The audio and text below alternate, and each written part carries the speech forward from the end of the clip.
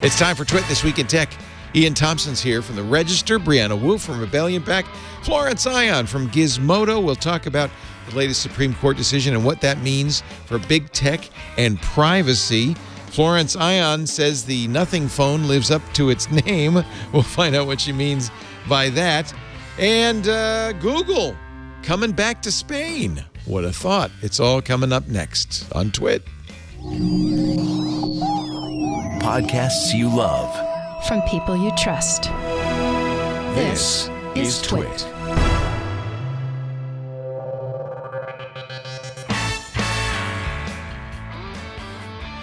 This is Twit, This Week in Tech, episode 881, recorded Sunday, June 26th, 2022. A cowboy hat for your dog. This episode of This Week in Tech is brought to you by Audible. Audible lets you enjoy all of your audio entertainment in one app. Let Audible help you discover new ways to laugh, be inspired, or be entertained. New members can try it free for 30 days. Visit audible.com/twit or text TWIT to 500-500. And by Wealthfront. To start building your wealth and get your first $5,000 managed free for life, go to wealthfront.com/twit. And by ExpressVPN. Make sure your online activity and data is protected with the best VPN money can buy. Visit expressvpn.com/twit right now and get 3 extra months free through our special link. And by UserWay.org. UserWay is the world's #1 accessibility solution, and it's committed to enabling the fundamental human right of digital accessibility for everyone. When you're ready to make your site compliant, deciding which solution to use is an easy choice to make. Go to userway.org/twit for 30% off UserWay's AI-powered accessibility solution.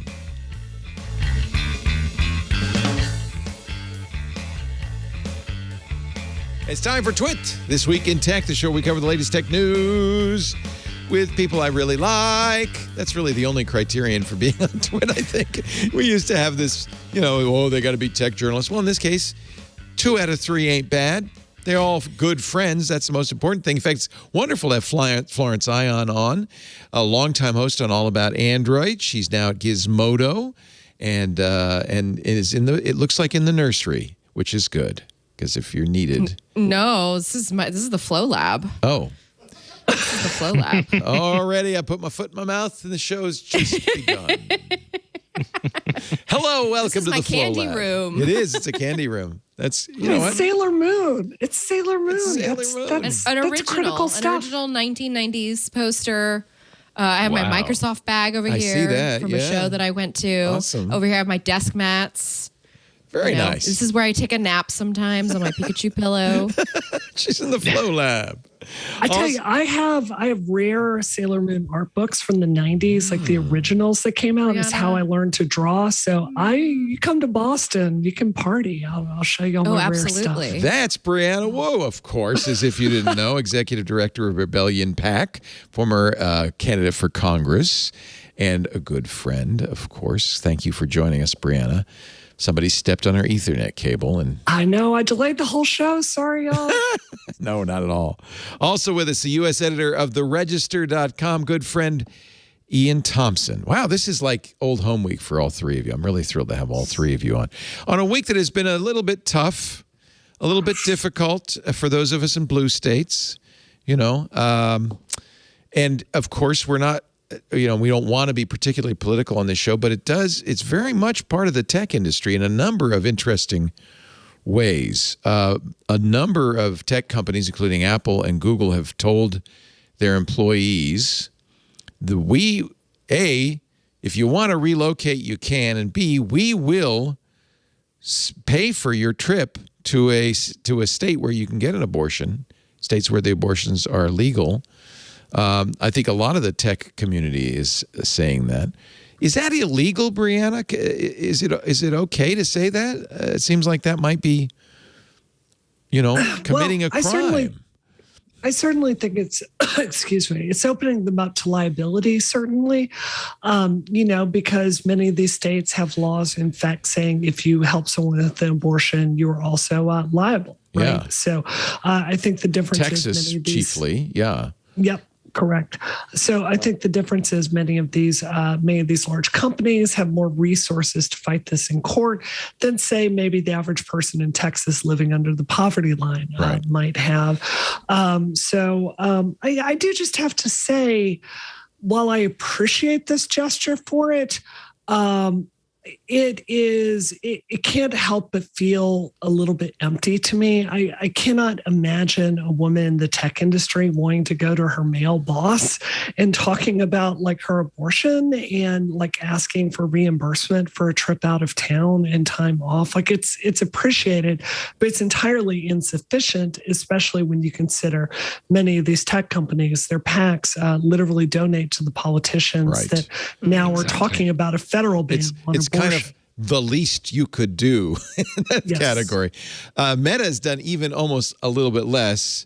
Well, they've banned this, haven't they? They've banned discussion about the issue. Yeah. So first they said, we intend to offer, and by the way, listen carefully to the verbiage, travel expense reimbursements to the extent permitted by law for employees who will need them to access out-of-state health care and reproductive services.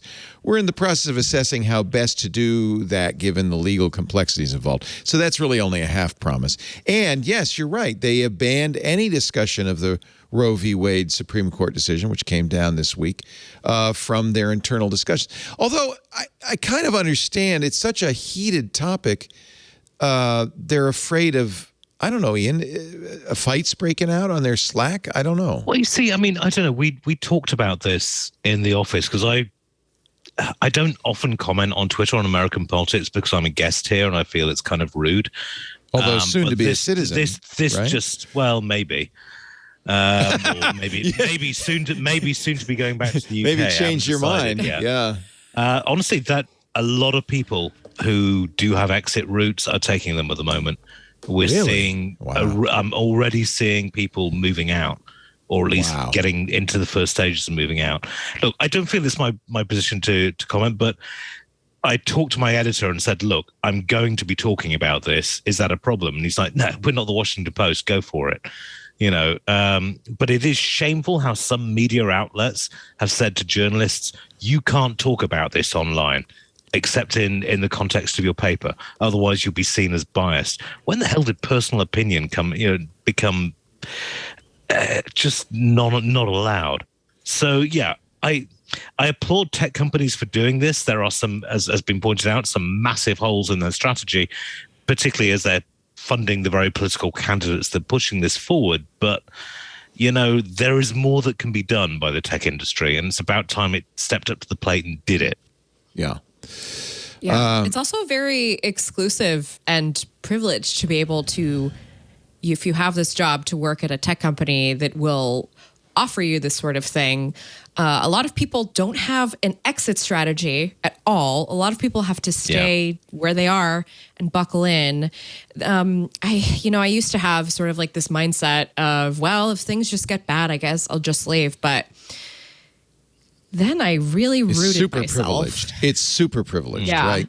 And the people, frankly, the people who will, the women who will have the hardest time with this are people who can't relocate, right? Yeah. It's a privileged mom who's already working her butt off. Those are the people that this is going to harm most of all. We can say from a point of privilege, well, I'm just leaving, but that's not an option for. Well, I mean, it's not even that. I mean, we did a piece on looking at sort of pregnancy and menstrual tracking apps, and somebody just said, it's like, well, look, what you need to do is get a burner phone and just use these apps on here, and if you're going out of state, use that. It's like, really, you're living paycheck to paycheck, you're having to go 500-600 miles for an abortion, and now you've got to get a burner phone as well. It's just not going to happen. You shouldn't need OPSEC to get reproductive health care. Excuse me. I'm sorry. Google has told its employees you can relocate without justification. following the decision. You can move. Yeah, they'll still sell the data to identify these women to other people, however. It's like, yeah, we'll look after our own, but everyone else, yeah, we've got a business to run. Thanks very much. Well, that's the second tech angle on this. And actually a very, very big tech angle on this is the issue of privacy. And, I've said this last few shows, I've been kind of blasé about privacy. Look, if they want to do targeted ads, I understand the ad business wants targeting. I'm not crazy about it, but I don't see much of the harm. But when you are living in a state where the government is actively searching your social media posts or your search posts, trying to find out if you're doing something they don't like, that's problematic. And that's exactly, it seems, what's going to happen in many states. Yeah. I mean, the difference between now and the last time abortion was illegal is today we live in a surveillance state, right? Where all this information is very quantifiable and prosecutors can far more easily build a case against you. It's fairly infuriating. Yeah.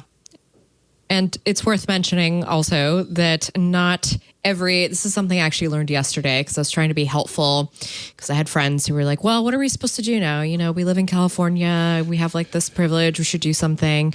And I was like, oh, we should probably get people to move to encrypted messaging. And then I had a friend of mine who is an engineer and he reached out to me and he's like, by the way, look up what happened to Signal late last year and how their data got used by law enforcement to sort of implicate people.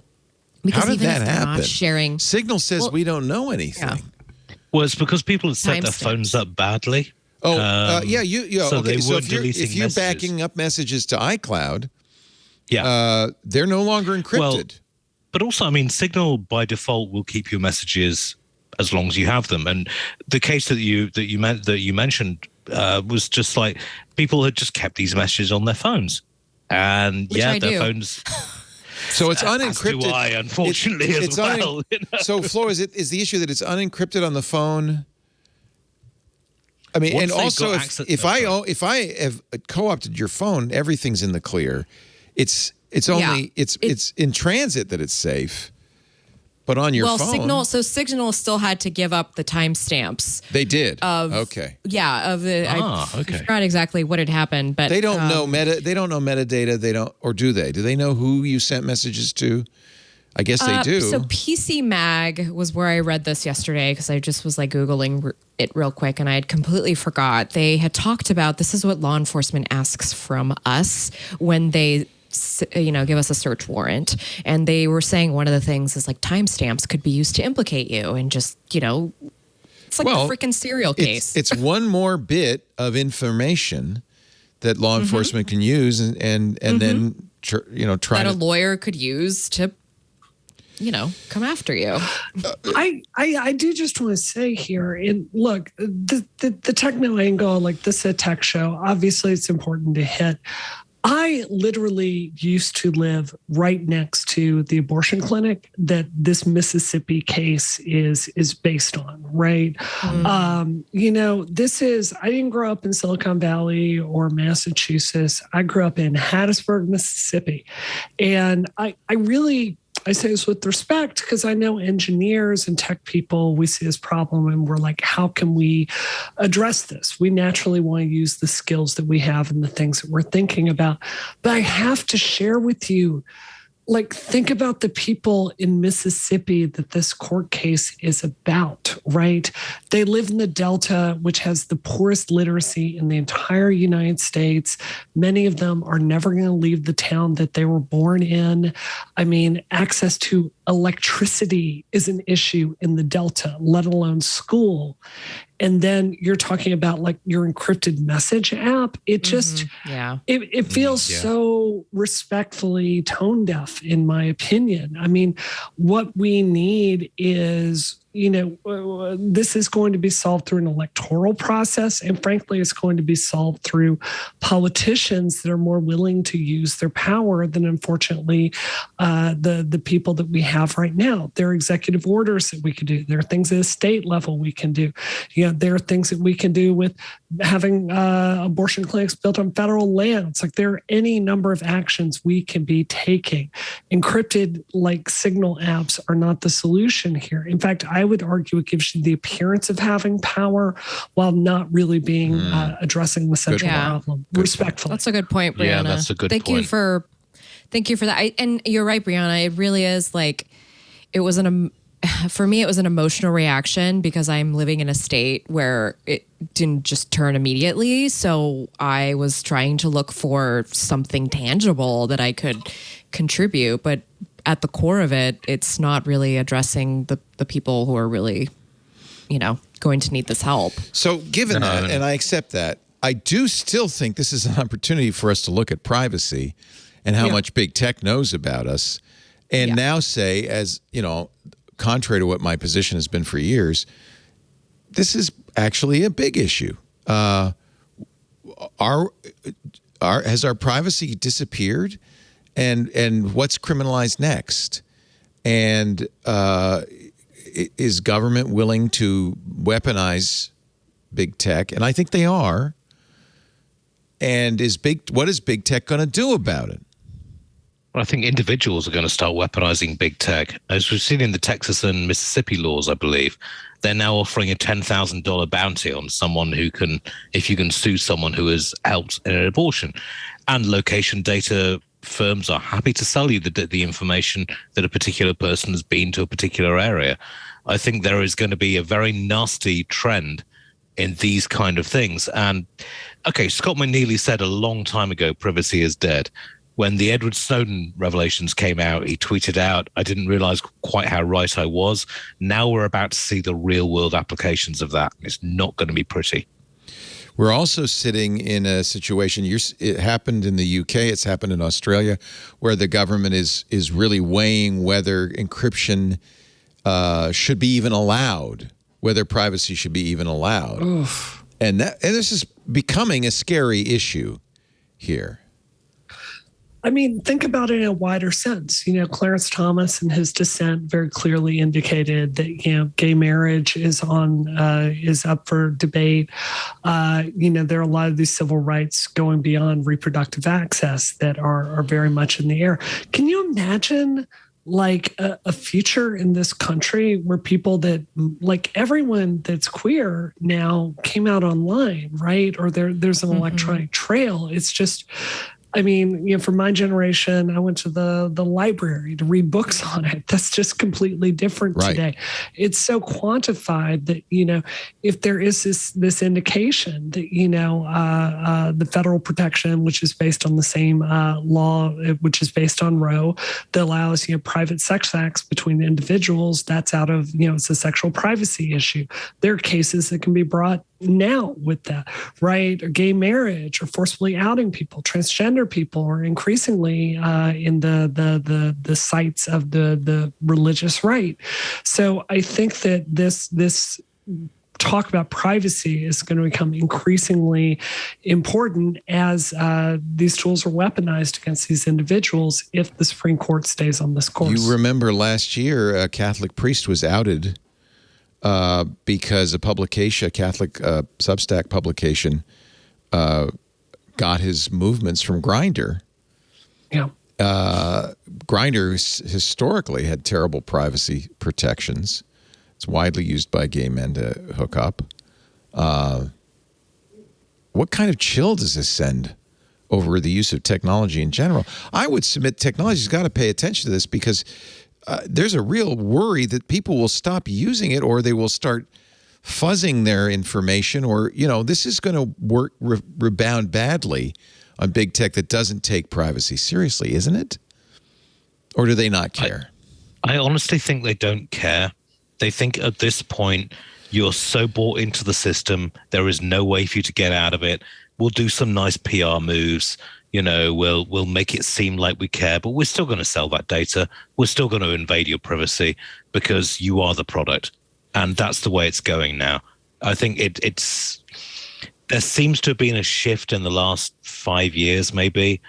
I particularly noticed this with Google, where they've moved from innovation to just pure rent seeking. And it's now just like, yeah, you bought into the ecosystem. We've got 10 years of your data. Now we're going to take our money. Thank you. You have an article in the Register, Jessica Lyons Hardcastle. She's great. She did she requested Amazon, Microsoft, Google, Meta, and Twitter and said on Friday morning, what will your company do to ensure the data you collect isn't going to be used to build a case against women seeking abortions and people, organizations providing abortion support? A whole day went by. None of them responded. Not a sausage. Absolutely nothing. And it was shameful. They haven't figured it out yet. That's why their PR is still writing up the press release. And I can guarantee you that PR will come up with a press release that mealy mouths it to the degree that it gives them it's quite a bit not of like they leeway. didn't have notice on this, though. Yeah. You know, this thing was leaked. We've been beforehand. talking about it for weeks. We knew it was coming. Yeah. So they should have had their ducks in a row and been like writing an obituary. Well, yeah, unfortunately, you're right on that one. No, we right told people a month ago after the leak of the Alioto decision, stop using any period tracker apps that you're using because that will announce to the world and law enforcement that you're pregnant. Yeah, I mean, although having said, we talked to a lot of the period tracker people, and they're kind of absolutely, we will not share this data with anyone. Yeah, because that's the end of their business. If that. Yeah, but the bigger risk is that this data is being sold by everyone else, and also, I mean, there was a marvelous idea that maybe men should download these period apps and start really screwing with their data sets. Which is kind of cute, but I don't think it's going to help that much. No, because if someone's pursuing a case against you, they're going to go get they're going to subpoena that app directly. A corrupted data set is not going to help that in any way. I also just do want to add to this conversation, and this is uncomfortable. And I say this respectfully, but this is an important show today. I have been raising the alarm on structural sexism in the technology industry for a long time. Gamergate, of course, was a huge issue for you. 100%. So if you're talking about the same men that literally can't treat women fairly at work, like asking them to come to the rescue on like period apps. I mean, I'm sorry. Even right before this show, I had a thoroughly unpleasant Twitter row with someone that's the head of AR at Google, right? And Elizabeth Warren was like posting a really lovely, she's mad. I posted a video about it. And he's like, well, she wants to regulate big tech, like that's the beginning and end of where a lot of people care about this. It's at their own door. Yeah. So I really think that these structural problems when it comes to how tech treats women, how tech treats trans people, how tech treats gay people and Black people, when you're coming to those things really being weaponized by prosecutors because of the Supreme Court, I'm ultra worried about that. Yeah. And you have a dog in this hunt. I mean, you are at risk as much, as anybody. Sure. And that's the problem with this enumerated rights doctrine, that this originalism doctrine, which is really being used as a cover. I don't think it's actually a genuine belief on the part of these justices. But they say, well, it's not in the Constitution, then it's not a right. Well, I mean, but correct me if I'm wrong, because you're all Americans, but my understanding in the Constitution, Black people are 3/5 of a citizen. Is that correct? That's right. Now, if we're going to go full constitutional enumeration, I suspect a lot of people would have a problem with that. Not at least one Supreme Court justice, although... Well, ironically, Clarence Thomas, who is Black and is married to a white woman, did, in fact, in his majority opinion, his additional opinion, bring up birth control, gay marriage. He didn't mention loving. Strangely, not the loving. Yeah, issue. He didn't mention the interracial marriage. That isn't it? But because this decision, that's what this decision leads to, if it's not an enumerated right, well, that puts a lot of things that we take for granted in the 21st century off the table. And frankly, I don't think the mores and beliefs of the founders in the mid-18th century, many of them slaveholders, really should be informing how we operate in the 21st century. Mm-hmm. And then, well, I don't want to get political. I think that it really is obviously too late. That ship is sailing. I mean, look, with technology, we upgrade stuff. We move on. The very idea that a document written in the 1700s should be applied to the 21st century seems, I admit, okay, I'm a foreigner, but it seems bonkers to me. It's just you cannot apply 18th century rules to 21st century society and expect everything to be perfect. I think that's what's so disturbing about this particular court. There are many lawyers that have commented this, that, but before this Supreme Court, you had conservative justices, and you could disagree with what they said because obviously they have a point of view, but they were committed to, stare decisis. They were committed to let the precedent stand before, right? They were committed to the rule of law and not upending things and having the Supreme Court be respected. With this ruling, the Supreme Court has truly gone to a radical place where they are upending all of that.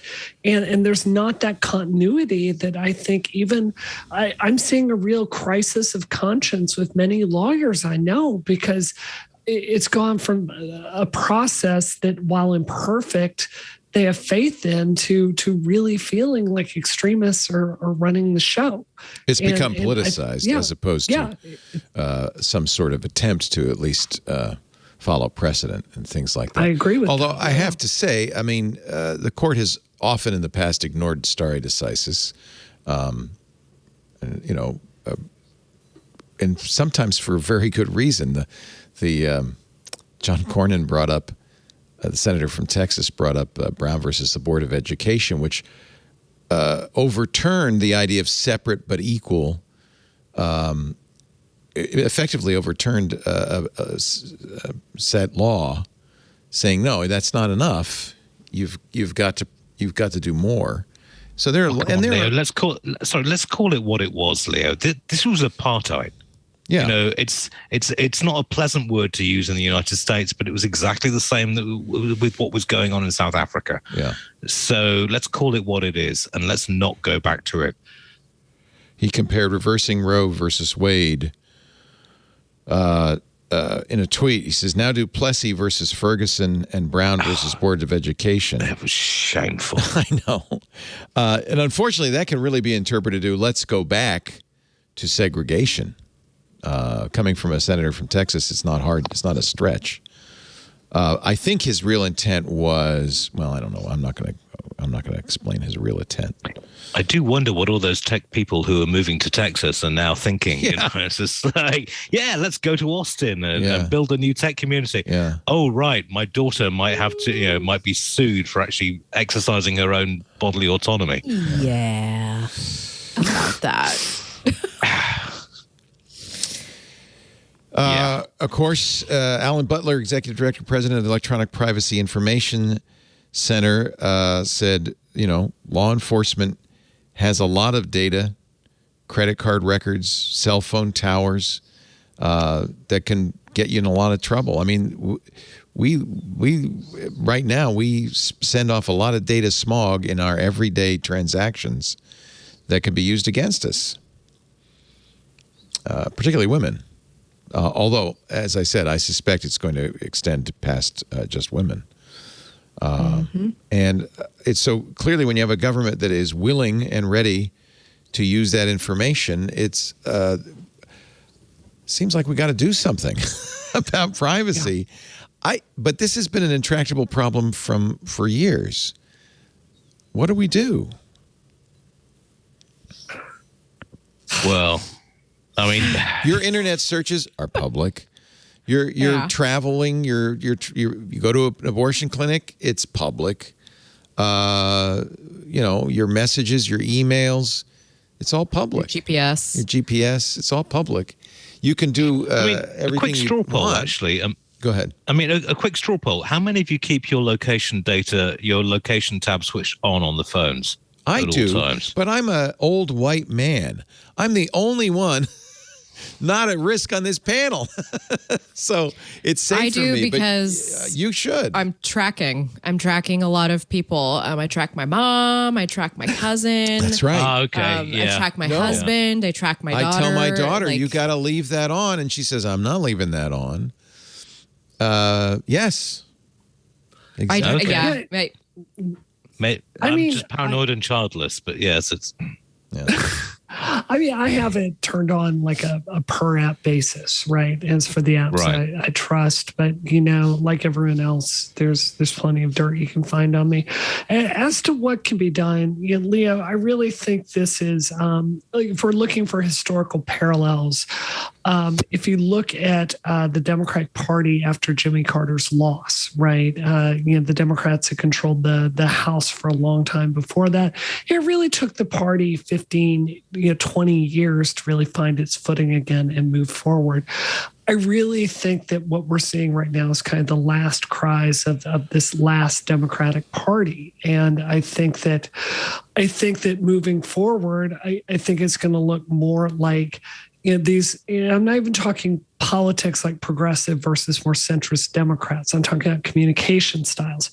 If you look at an Elizabeth Warren or an AOC, they're just much better communicators. Like they use these tools more natively that all of us use. They're able to tap into the emotion, and they really come from this more activist grassroots background. I think that what we're going to see is, rather than this kind of more centrist, let's respect civility. I think the party is going to change to something much more focused on the state house and kind of more activist power. And, hopefully that's Stacey Abrams type. Yeah, Stacey Abrams is the future, 100%. And she's much more of a centrist Democrat. I have to say I've somewhat lost, a longtime Democrat, but I've somewhat lost faith in both parties. And unfortunately, what that leads to often is just a kind of nihilism about government in general, like government ain't going to do it. They have failed us. And so, for a long time, I fought against that. A lot of people in the tech community have that feeling about government. Screw it. Government has nothing to do with me, and there's nothing you can do. They're corrupt. And I'm starting to feel that way, but I know that there's no way forward with that. That's just nihilism. That's just let it all burn. And I don't think that's a solution either. Zeynep Tufekci had an excellent opinion piece. Back when the original decision was leaked, we need to take back our privacy. This is in the New York Times. She actually talks about an interesting point in time 130 years ago when the first portable cameras were invented. Louis Brandeis, who was to become a Supreme Court justice later, wrote, "Recent inventions in business methods call attention to the next step, which must be taken for the protection of the person." He warned that laws were needed to keep up with technology 130 years ago, or Americans would lose their right to be let alone. It's coming. I mean, in terms of involvement, though, check out Katie Moussouris, who, classic security specialist, but she's now a delegate in her local state because that maybe is what needs to happen. People with technology you need to get savvy in there at the ground roots. Need to start getting involved, and of course, it has to happen. And that's what you were doing, Brianna. It starts locally. 100%. It starts. 100%. It starts local. And I didn't win, but, I took my skills to go on to build a very successful PAC that donates tons of money to races that otherwise would be forfeit, even if you lose, you're still building up valuable skills. So we need more people like me to basically get involved and stay involved, because the country is literally on the line right now. And, the thing that's so important is, I feel so strongly we've got to my perspective on growing up in Mississippi is this. A lot of the people that are supporting this movement that's going increasingly fascist, it's because we failed them. Ordinary solutions have failed them. They don't see their lives getting better. They don't see their income like going up. And just like growing up in Mississippi, you have really, you have the worst politicians basically taking advantage of that. If we are really interested in averting a civil war in this country, we've got to reach out to them and make the case to those voters about the difference that we can make in their lives. And we need to do it in real ways because, Leo, that's where Democrats have failed. That's where Democrats have failed. Yeah. 100%. And this stalemate that we have with this culture war, it's not good for women being thrown out to be the ball in a game of kickball. It's not good for trans people. It's not good for gay people. It's not good for Black people. Like, we've got to go out there and make the case to ordinary Americans, or else the entire country is just going to end up like Mississippi in this cultural, political quagmire forever where nothing gets better. I mean, I remember when you ran for office and they ran those photos of here are the candidates. And it was like two white guys in suits and then you. And it was just like they picked a shot which, okay, as a journalist, you look at it and you're just kind of like, yeah, they did that deliberately. It was just, you got to get in there, though. And all credit to you for doing it and actually making it work. But it just... Do you know why they used that picture, Ian? They told me after the fact when I had it out with the boss. Oh, really? They said because that was a picture they found online where I was smiling because of my standard shot. I was looking very seriously at the camera. Jesus, that's dog ate my homework school of excuses. The worst thing you can tell any woman is you ought to smile more. That is so horrific. So horrific. By the way, no one has ever told me I should smile more. What a surprise, right? Leo, you should smile more. Oh, thanks, Flo. All right, let's okay. Look, we have to talk about it. It's challenging. You are listening to a podcast that is mostly blue in a country that is very much divided between blue and red. I don't know what else to say. Many of you may not agree, may be celebrating what's happened and maybe looking forward to a world where contraception is no longer available and gay people are thrown in jail and Black people are kept from drinking in the same fountain as white people. That may be something you think is a good thing. It's just not. We don't agree on that. And unfortunately, technology has a lot to do with how this is going to happen. And so it is part of our mandate to talk about it. Well, I think the point that was made earlier was very clear. It's like back in the back when abortion and gay people and trans people were illegal, there was no technology, and now there is, and it's going to be a massive problem, and we have to deal with it. Let's take a little break. We're going to come back. We have much more to talk about, including, and Florence will explain this, your late grandma appearing in your Amazon Echo. That's a creepy idea. But first, a word from our sponsor, Audible. Now, I tell you what, Audible is a great way to stay up on what's going on in the world around us. There are some fantastic audio programs you can get at audible.com on these very subjects, say reproductive history, the story of Jane, the legendary underground feminist, the Jane in Jane Roe, Roe v. Wade, Bodies on the Line, Jane Against the World. Some really great stuff. If you want to become educated, if you want to learn about the world around you, if you want to be entertained, Audible is the place to go. I listen to Audible all the time. In fact, I actually would like to recommend. It's all about the man who made modern computing possible, John von Neumann, a brilliant Jewish-Hungarian mathematician who came to the United States. And an interesting figure, was very involved in the creation of the atom bomb, but also worked with Turing to create the foundation for modern computing. Fascinating. This is by Ananya Bhattacharya. And the audiobook, which is really, I got to play a little bit of this, narrated by Nicholas Cam, is just, this is why I listen to Audible. More eerily prescient with every passing year. To fully understand the intellectual currents running through our century, from politics to economics, technology to psychology, one has to understand von Neumann's life and work in the last.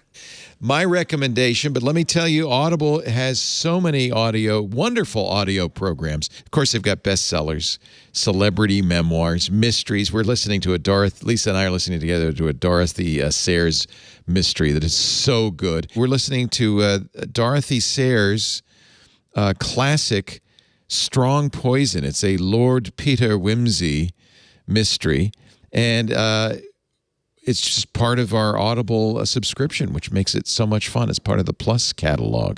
Hundreds and hundreds of audiobooks, performances, and more. So when you're in the mood for something, I always go through the Audible Plus catalog. Audible has the most amazing collection of performances, podcasts, advertising-free podcasts, Audible originals. They record some of the best science fiction that would otherwise not be recorded, like the Bobaverse. Those are Audible originals. They're wonderful, beautifully produced. Ray Porter is one of the best readers in the world. He does such a good job with the Bobaverse. Highly recommended. Audible originals for top celebrities, renowned experts, new voices in audio. As an Audible member, you get a title a month from their entire catalog. That's yours to keep forever. I have a library of 500, including the bestsellers, the newest releases. You also get access to the Audible Plus catalog, so you can always supplement those. You can listen to all you want and get more every month. More get added every month. So that's fantastic. The Audible app on your phone is great, but you can put it on your watch. I listen on Amazon. I listen on my Sonos now, too, which is great. Audible. Let Audible help you discover the new ways to laugh, to be inspired, to be entertained, to learn.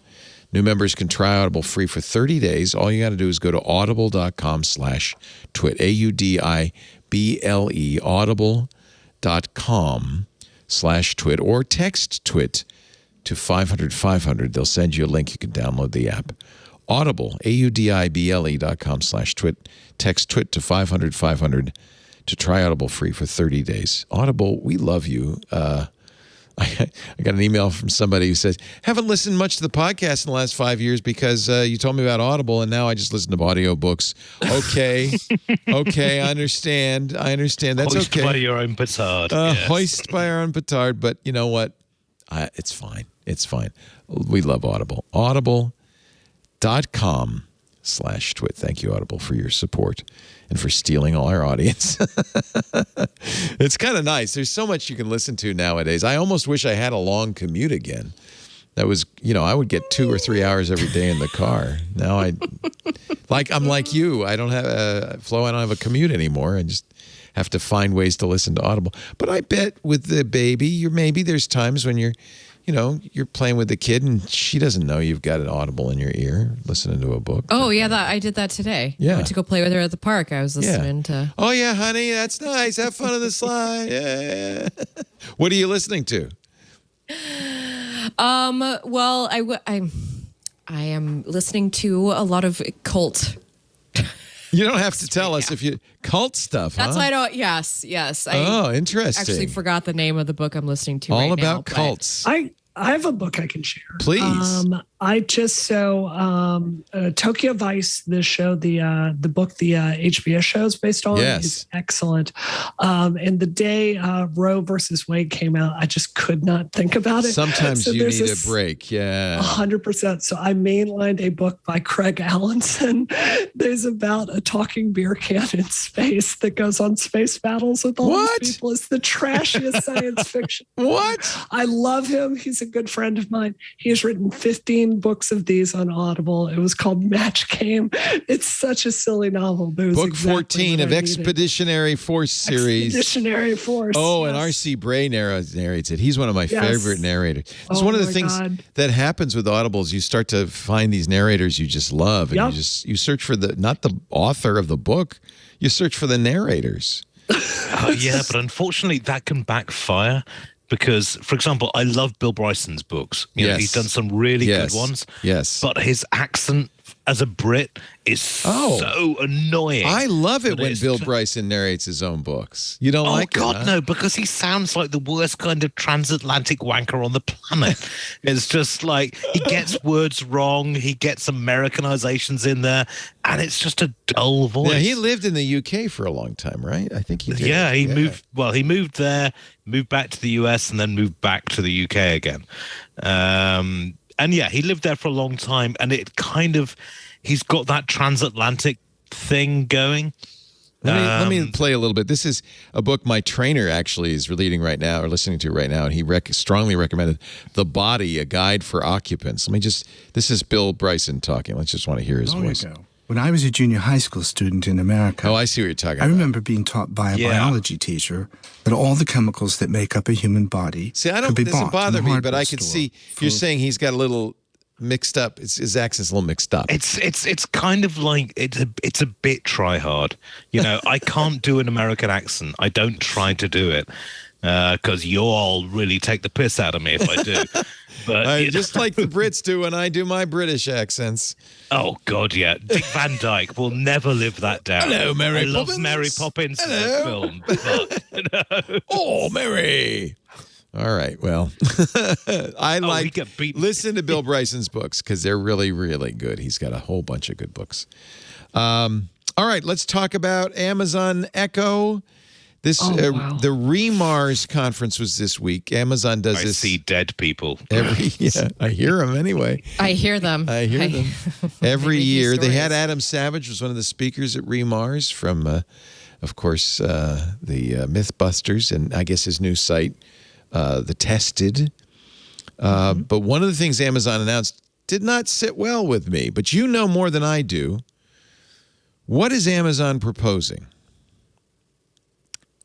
Well, unfortunately, I was not in attendance for this conference for me to get the full picture. But from what I read and researched, Amazon is, just putting that caveat, Amazon is proposing that you feed it your dead relative's voice.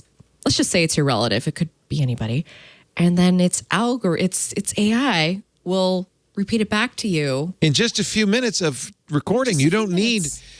Like you could, if you wanted, it'd probably be easy for Amazon to simulate me. I've got 100,000 hours of recording available online, but you don't need that much of Grandma. A couple of minutes, and then Echo. Voicemail. Just a voicemail. Just a voicemail, and Echo could talk like her. Yeah. I don't know which is worse. If it sounds exactly like her and she's passed, is that creepier than if it sounds sort of like her, but it's a robot? Which is worse? Right. I had this same thought. And actually, so my thought was, oh God, is this something that would interfere with the grieving process? Because if you're like grieving, Daddy, Grandma's not dead. She's in the Echo. You. I mean, there's a reason you give a goldfish to a kid as their first. Oh boy, is that true? People do that? I mean, you know. Time to learn about death, have a fish. Yeah. Wow. But the thing is, this isn't a new idea. So actually, in my Gizmodo article, I brought up there's this toy from Takara Tomy, which is a big toy manufacturer in Japan. And they have a smart speaker that actually can imitate a parent's voice. So like a parent who is traveling a lot, a parent who maybe isn't at home for bedtime could like theoretically, read a story to their kid, which is nice. But the idea of somebody deceased, first of all, it removes the consent from that deceased person to exist in your life beyond the dead. And it also, again, my question was, how does this interfere with the actual grief process, which I am told by professionals in my life is a multi-step process. Sometimes it takes many, many, many years. Sometimes you never get over the death of somebody. So how will this affect that? But then there is this school of thought, and this is completely valid and fair, from those who have lost loved ones, like a parent, let's say, that this is actually something that could be quite comforting. So there's a lot of... It's just unknown around this. Yeah. And there could be a lot of psychiatric work that you might need that's my later, fear. And later in life. That's the first thing I thought about when I read about this. I'm like, okay, how is this going to interfere with the psychology of a person? And especially because we just got off the heels of that is AI human debate, which is kind of still happening. And so to kind of hear this, it's like, I don't know if I want to immortalize a dead one's voice, but there are people out there who do. So what do you do then? Wasn't there a Black Mirror episode where there was a robot or an android that was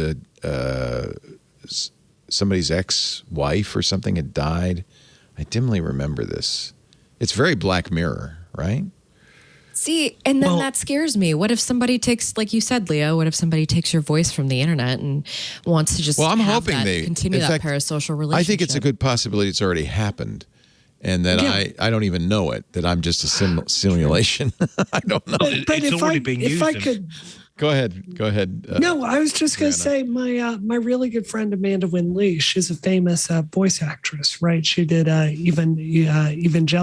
She did Persona. She's like, if there's classic anime from the 80s and 90s, she's in it. I have no doubt she did a Sailor Moon episode probably at some point. And she was talking about how her fear with this was it was going to commodify what she does and let people use her instantly recognizable voice right off the bat without paying any rights. I think that for her, she's a professional. They would have to license her voice, wouldn't they? Yeah. Well, couldn't you just go in and like tech, usually when they're bringing out new technology, they try to like put their best foot forward. They don't put forward the dystopian stuff it's going to do. Mm-hmm. They put forward their best case for it. And, we start thinking like, how can you use this technology that can basically take someone's speech patterns and recreate it? Like, okay, maybe having a loved one narrate to you, but I think a lot of the use cases are deep fakes. It's revenge porn that may be false. Yeah. It's making it harder for people to make a living. They're voice acting professionals. I mean, there are a lot of these simplified. Yeah, I could call up and say, "Hey, it's Frank. Could you wire me some money because I'm stuck here in Memphis with the Mobile Blues again?" And you wouldn't know this is being used already in business email compromise. That's right. We're the boss calls. We're already seeing this coming through where deep fakes are being used. It's very early days yet, but that, it's getting worse. But, these kind of deep fake voices are being used in business email compromise, which cost, I need to check the figures, but about $5 billion over the last 5 years. So, people are making a shed load of money out of this, and it's going to get worse because the money's there. As usual, Black Mirror was there first. Jason Howell tells me it was the first episode of season 2 called Be Right Back. After learning about a new service that lets people stay in touch with the deceased, a lonely, grieving Martha reconnects with her late lover, and mirth and merriment ensue. It's... there's a short story by Roger Zelazny, famous science fiction author. Yeah. Where you had gravestones with your with the dead relative's voice and brain installed in them, and he was trying to do share options to get his son. A dead person was trying to get his son to connect him with another dead widow. It was a deeply twisted and very, very funny story. I highly recommend it. I might download all these old Black Mirrors and watch them again because what a great series that was. Here's another episode from the same season. A failed comedian who voices a popular cartoon bear named Waldo finds himself mixing in politics when TV executives want Waldo to run for office. Just like you said, Brianna. Yeah.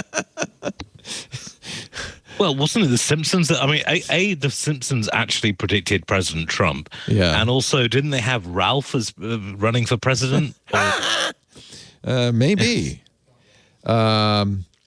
So I don't think we're very far off from this. I mean, I have Samuel L. Jackson in my Amazon Echo. I have Melissa McCarthy in my Amazon Echo. I love asking Samuel for the weather because he swears up a blue streak. And then you ask him, why do you swear so much? And his response is even more blue. It's hysterical. But you see, with the old GPS TomTom things, there was a John Cleese Easter egg in there. Yeah. Where if you went against its navigation things enough times, John Cleese's voice would go saying, well, if you're not going to pay attention, I'm not going to talk to you. I've said this before, but I had a TomTom voice that was GLaDOS from Portal, and she'd always tell you the wrong direction. She'd say turn left when you were supposed to turn right. It was complete chaos. It was terrible. That TomTom really was the first to do all of that stuff. It's I guess the technique at this point is they have the robotic voice and they can apply what they call prosody, which is the intonation, the inflection, the sound of a human's voice up on top of it. And they've gotten, I think, pretty good at that to the point that one company approached me saying, you never have to read any more commercials. We can synthesize them all. And I said, no. That's ethically very tissue thin area. They're literally trying to sell this to radio and TV. That, you just write the copy and then it'll read it in somebody else's voice. And you're going to bet that some people with fewer issues on ethics are going to do that as well. Yeah. Isn't this what Google's doing though with the service Duplex. that calls the restaurant for you? Yeah. Duplex, thank you. Yeah. I forgot the name. Although it's not trying to sound like you, but it is sounding pretty realistic, even to the point where it's synthetic, right? it's synthetic at the same time. when it's thinking, because sometimes a computer isn't thinking as fast as a human. When it's thinking, it will add a just like a human would. Yeah, they did that when they demoed it down. So creepy. I remember Google being I/O so down at So Shoreside. creepy. Yeah. They demoed it and they presented it as a feature. It's kind of like, it'll sound like a human because it'll or it'll This is a feature, apparently, not something that is deeply Something creepy. to be proud of. Here's this is Google I/O in 2018. Is to help you get things done. Sundar Pichai. It turns out a big part of getting things done is making a phone call. You may want to get an oil change schedule. So this is maybe 4 call years a plumber ago in the that middle Google of the was week, doing this. Yep. or even 4 years schedule a ago. I haircut was appointment. sitting in that auditorium baking in the we are sun. working I remember on that. helping Yes, folks it through was those very hot. things. We want to connect. Let me see if I can users to skip businesses. ahead to the call. What happens is the Google Assistant makes the call seamlessly in the background for you. So what you're going to hear is the Google Assistant actually calling a real salon to schedule the appointment for you. Let's listen. Oh, and the crowd goes wild. Okay, it's not as bad as Apple, but it was pretty How bad. can I help you? Hi, I'm calling to book a women's haircut for a client. I'm looking for something on May 3rd. There's the Sure, give me 1 second. Those are still in use, by the way. Are they? If you go to Google Maps, you will see if you're looking at like the information for a restaurant or whatever, it'll show you like hours confirmed 2 weeks ago, which Because they were calling.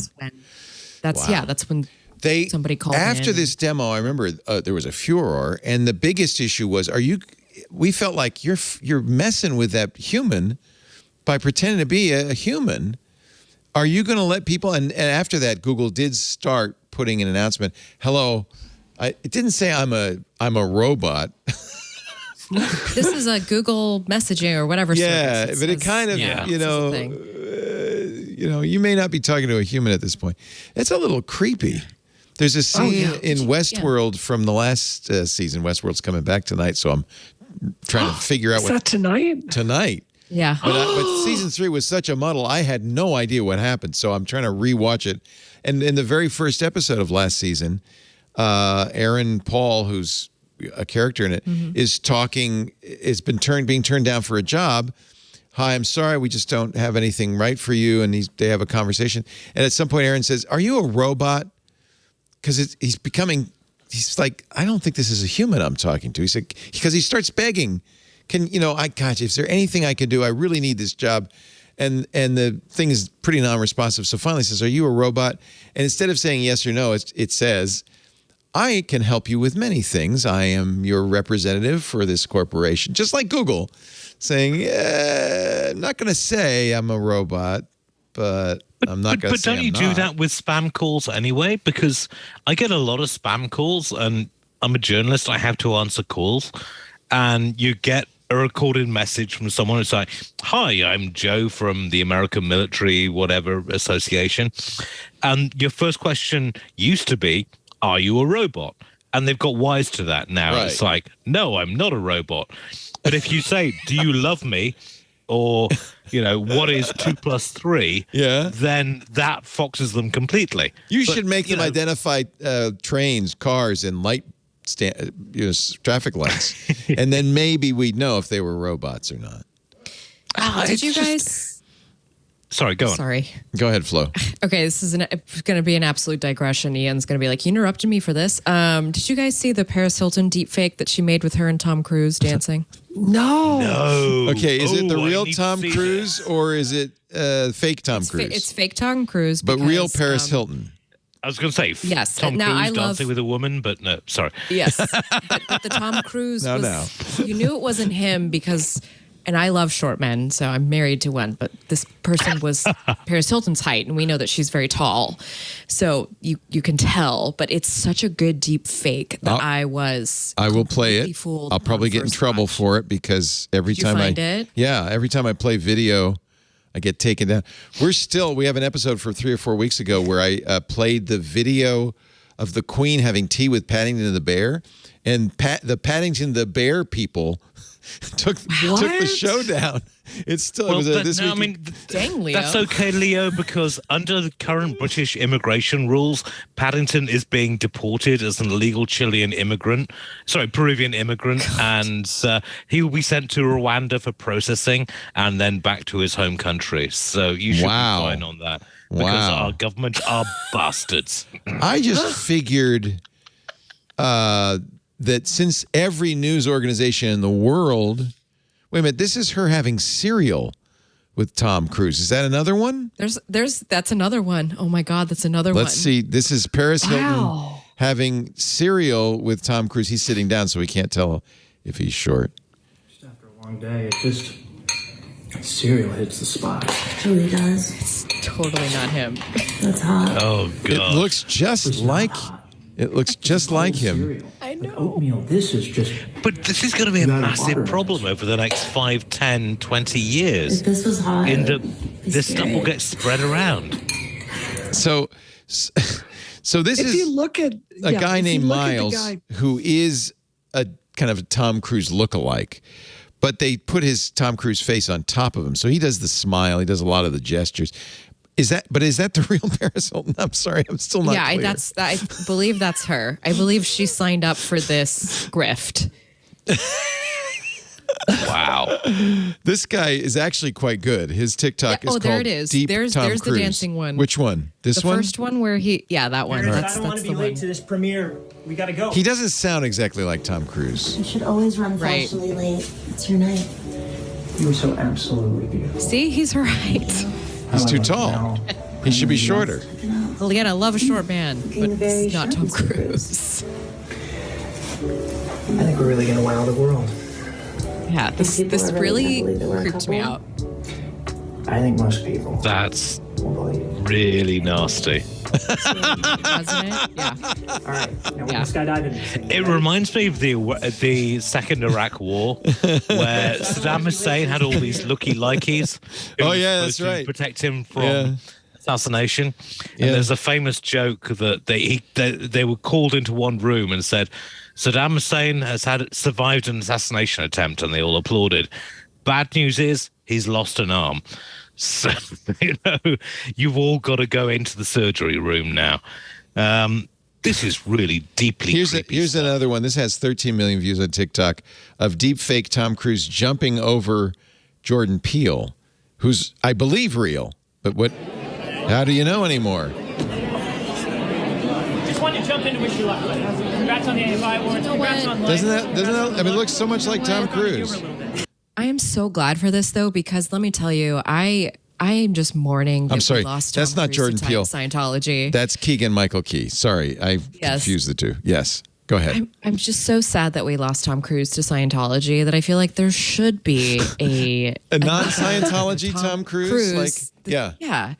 Like the actual Hollywood, chum. Let's just, because that's the Tom Cruise we wish we had, but he's not allowed to do that. For the production of this one, though, I mean, I hear a lot of the worry that this is going to end up. I think if you looked at the actual production that these videos take, it's not like 5 minutes with the phone. Like these have extremely elaborate setup times. Additionally, you've got someone that's really, really, really darn good at doing a Tom Cruise impression. Of course. So they gave him a head start. But it's only a few 100%. Years before you could have deepfake grandma in your TikTok. Right? Well, I think more specifically, I mean, disinformation targeted at women. Imagine how easy. Oh yeah, that's right. One of the things I uncovered during Gamergate was there was actually an operation set up that you could actually buy destroying your ex's Google results, right, and flood it with allegations of porn or whatever. I imagine this technology being used for that, because in that case, it wouldn't even have to be that convincing. My initial thought was, well, then nobody will ever run for office again, because immediately deep fakes of you doing something reprehensible will show up. And then I just thought about it a little bit longer, and I realized, oh no, that's just going to open the floodgates, because now you can do anything you want and say, oh, it's a deep fake, right? Or maybe the only people who run for office are people who don't care.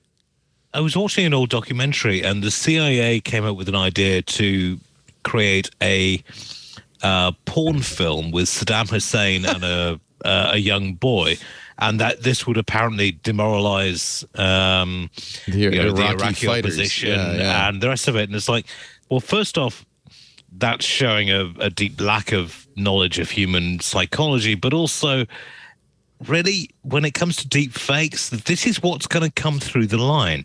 You're going to get politicians saying things they haven't said, or people would like them to say. It won't matter. We already have a trust problem on social, on internet media. Yeah. And this is only going to make it catastrophically worse. There's a turning point. Thought fake news was bad. Fake video is going to be even worse. Fake. There's a turning point in Neil Stephenson's latest book, which we did a book club of, called Termination Shock.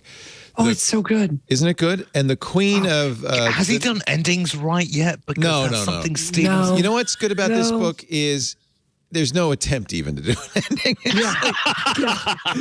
It's just, he's not trying to wrap it up. It's a slice of life, right? It has no beginning, middle, or end. It's just like life. It's just normal. But the Queen of the Netherlands at one point, who has been very careful not to influence this, it's a constitutional monarchy, so she doesn't want to influence in any way national politics. So she's like any good queen. She doesn't make political statements.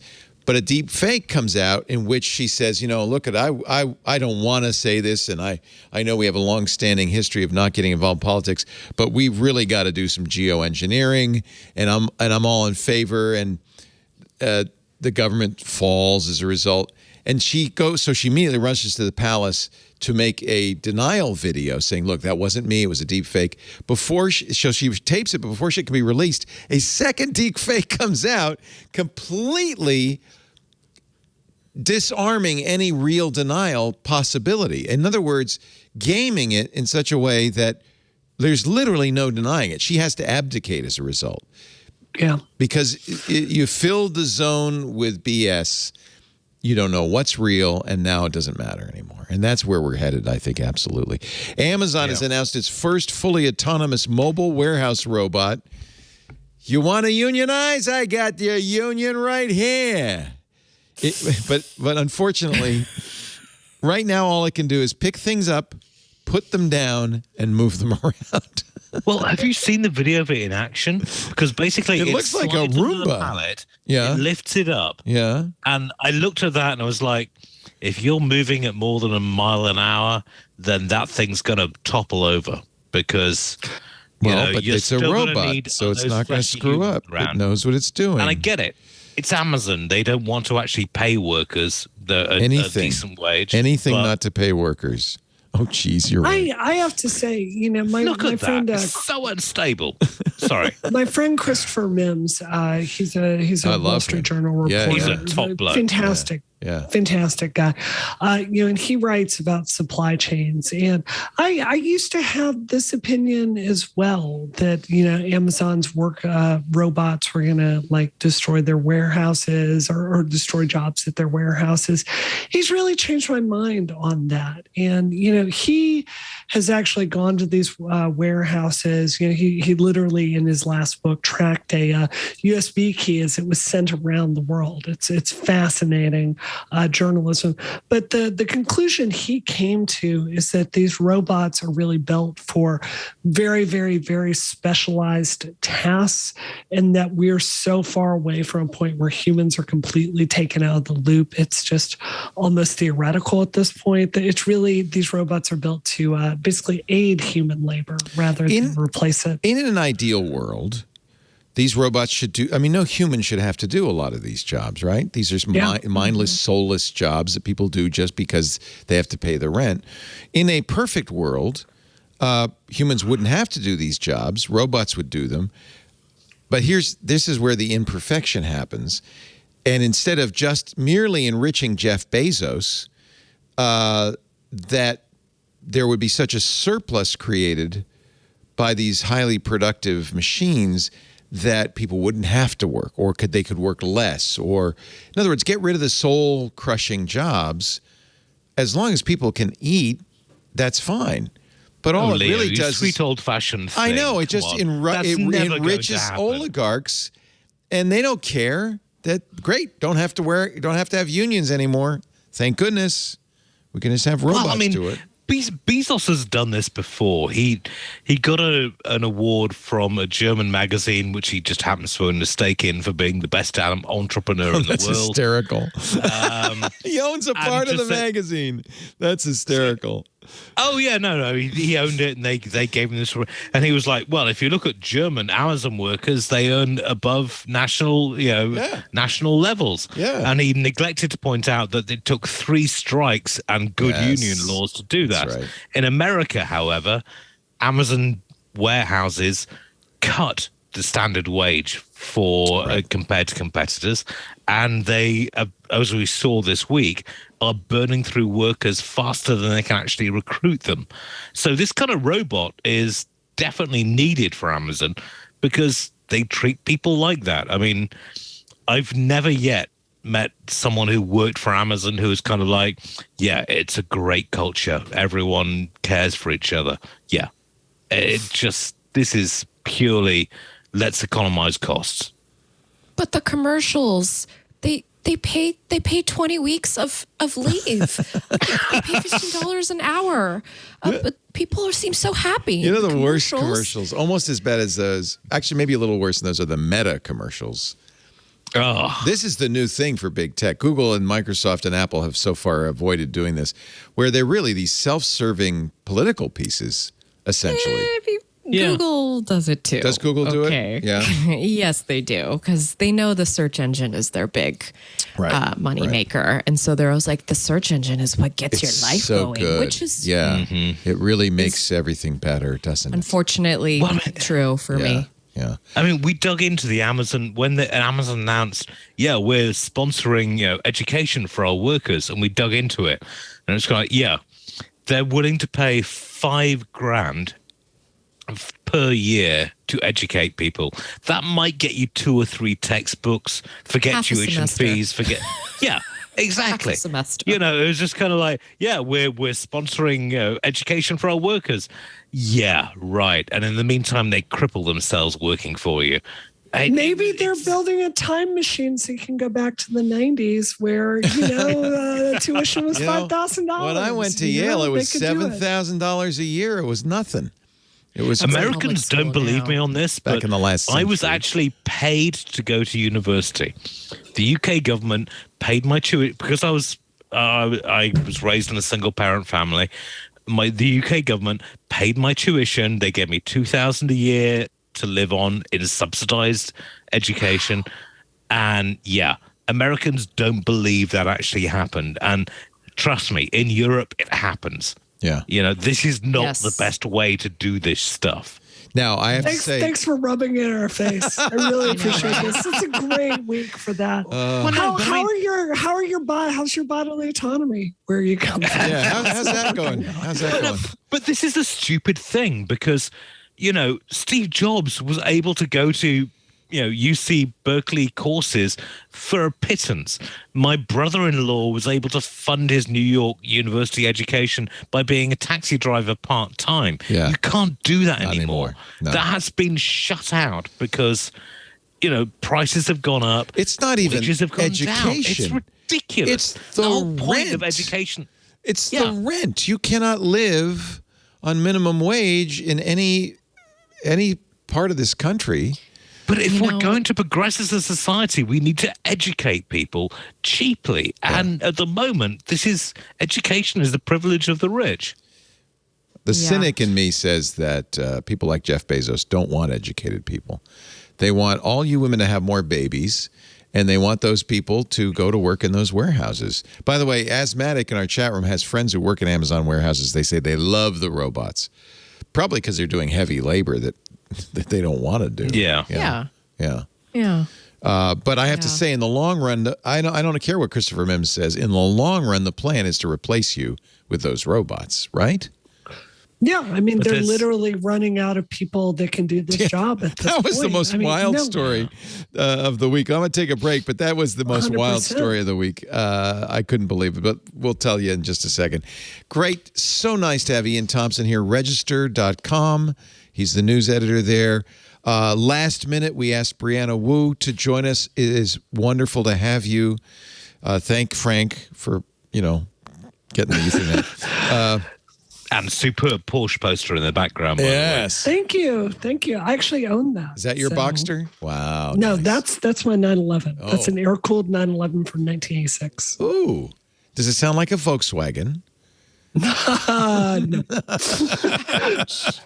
Ouch. Well, air-cooled Porsche. Oh, Leo. That's all. Come on. But Leo, do you want to race Brianna? No. Because then. No. Well, he's got an electric vehicle. I have some good torque. I have some very good torque right from the Honestly, I do want to race Brianna, but just on a racetrack where we both, Wouldn't that be if fun? we kill ourselves, that's fine. That would be really fun. I tell you, I'll bring my motorcycle and I will be able to beat you even in an EV, Leo. Oh, really? Nice. Yeah. I wonder if we could rent out Sonoma Raceway and do a could twit race. Lisa, I'm going to let Lisa race I would buy tires for that. Though, because she is a speed demon and I drive like an old man because I am an old man. Also with us from Gizmodo, Florence Ion. So nice to see you. And I'm Sailor happy Moon. To be here. Yeah, we love having you here. Mm-hmm. Thank you. Also, a last minute call because I thought, we really probably should have some women on the show because, maybe, just maybe. Our show today brought to you by Wealthfront. Stock trading can be a wild ride. I have this conversation with my kids because they're young and they love the idea of meme stocks and cryptocurrency. And, they see people around them seemingly getting very rich because nobody mentions the fact that their crypto investments just dropped 40%. They just talk about when it's a good thing. It's a stock trading, crypto investing can be a wild ride. I would submit, and I tell my kids this, the thrill of risking it all is best enjoyed in moderation. It's like casino gambling or eating questionable street food. Fun, but careful. If you're playing the market, I hope for your sake you're stashing some safer money in a place like Wealthfront. We're talking about building your wealth over time here, building it up for buying that first house or first car, or putting your kids through school, preparing for your retirement. You might say day trading stocks is going to be the secret to my success, but Wealthfront has a lot of data to show that time in market almost always beats timing the market. Their globally diversified portfolios automatically optimized to hit the goals you set, the risk level you choose, without a lot of attention on your part. They automatically rebalance. They do things like tax loss harvesting. In fact, they actually invented the software for it. They give you automatic tax breaks, which when market goes down, you still can, boost your returns with these tax breaks. It's really great. You can also personalize your portfolio. This is something new. They realize people, they like set it and forget it, but sometimes they want some input. So you can choose from healthcare funds, cannabis funds, yes, crypto funds, all handpicked by Wealthfront's financial experts, social responsibility, clean energy. It works so well, Wealthfront is trusted with more than $27 billion in assets. Nearly 500,000 people are using Wealthfront to build their wealth. Investopedia named Wealthfront the best robo-advisor for 2022. You'll be amazed when you get to my age. You go, wow. You could say, thank you, Leo. To start building your wealth and get your first $5,000 managed for free for life, go to wealthfront.com/twit. WEALTH, Wealthfront, FRONT.com/twit. Start building your wealth, wealthfront.com/twit. Especially if you're younger, this is the time to do it. I know it's tough, but just a little bit each paycheck. You'll be amazed. You'll be amazed. Yeah, Amazon said maybe this is why they're so big on robots. As we continue to grow, we're going to get to the point where there won't be enough people to staff our warehouses anymore. The company is partly because they chew through people with their automated hiring and firing. They actually chew through people. A leaked internal research report from mid-2021, Recode got it, said that Amazon could run out of people to hire in U.S. warehouses by 2024. That's not far off. Nope. Not far off. Increasing wages could help. Certainly would expand the labor pool, but I think Amazon isn't too interested in that. Increasing warehouse automation. Yeah.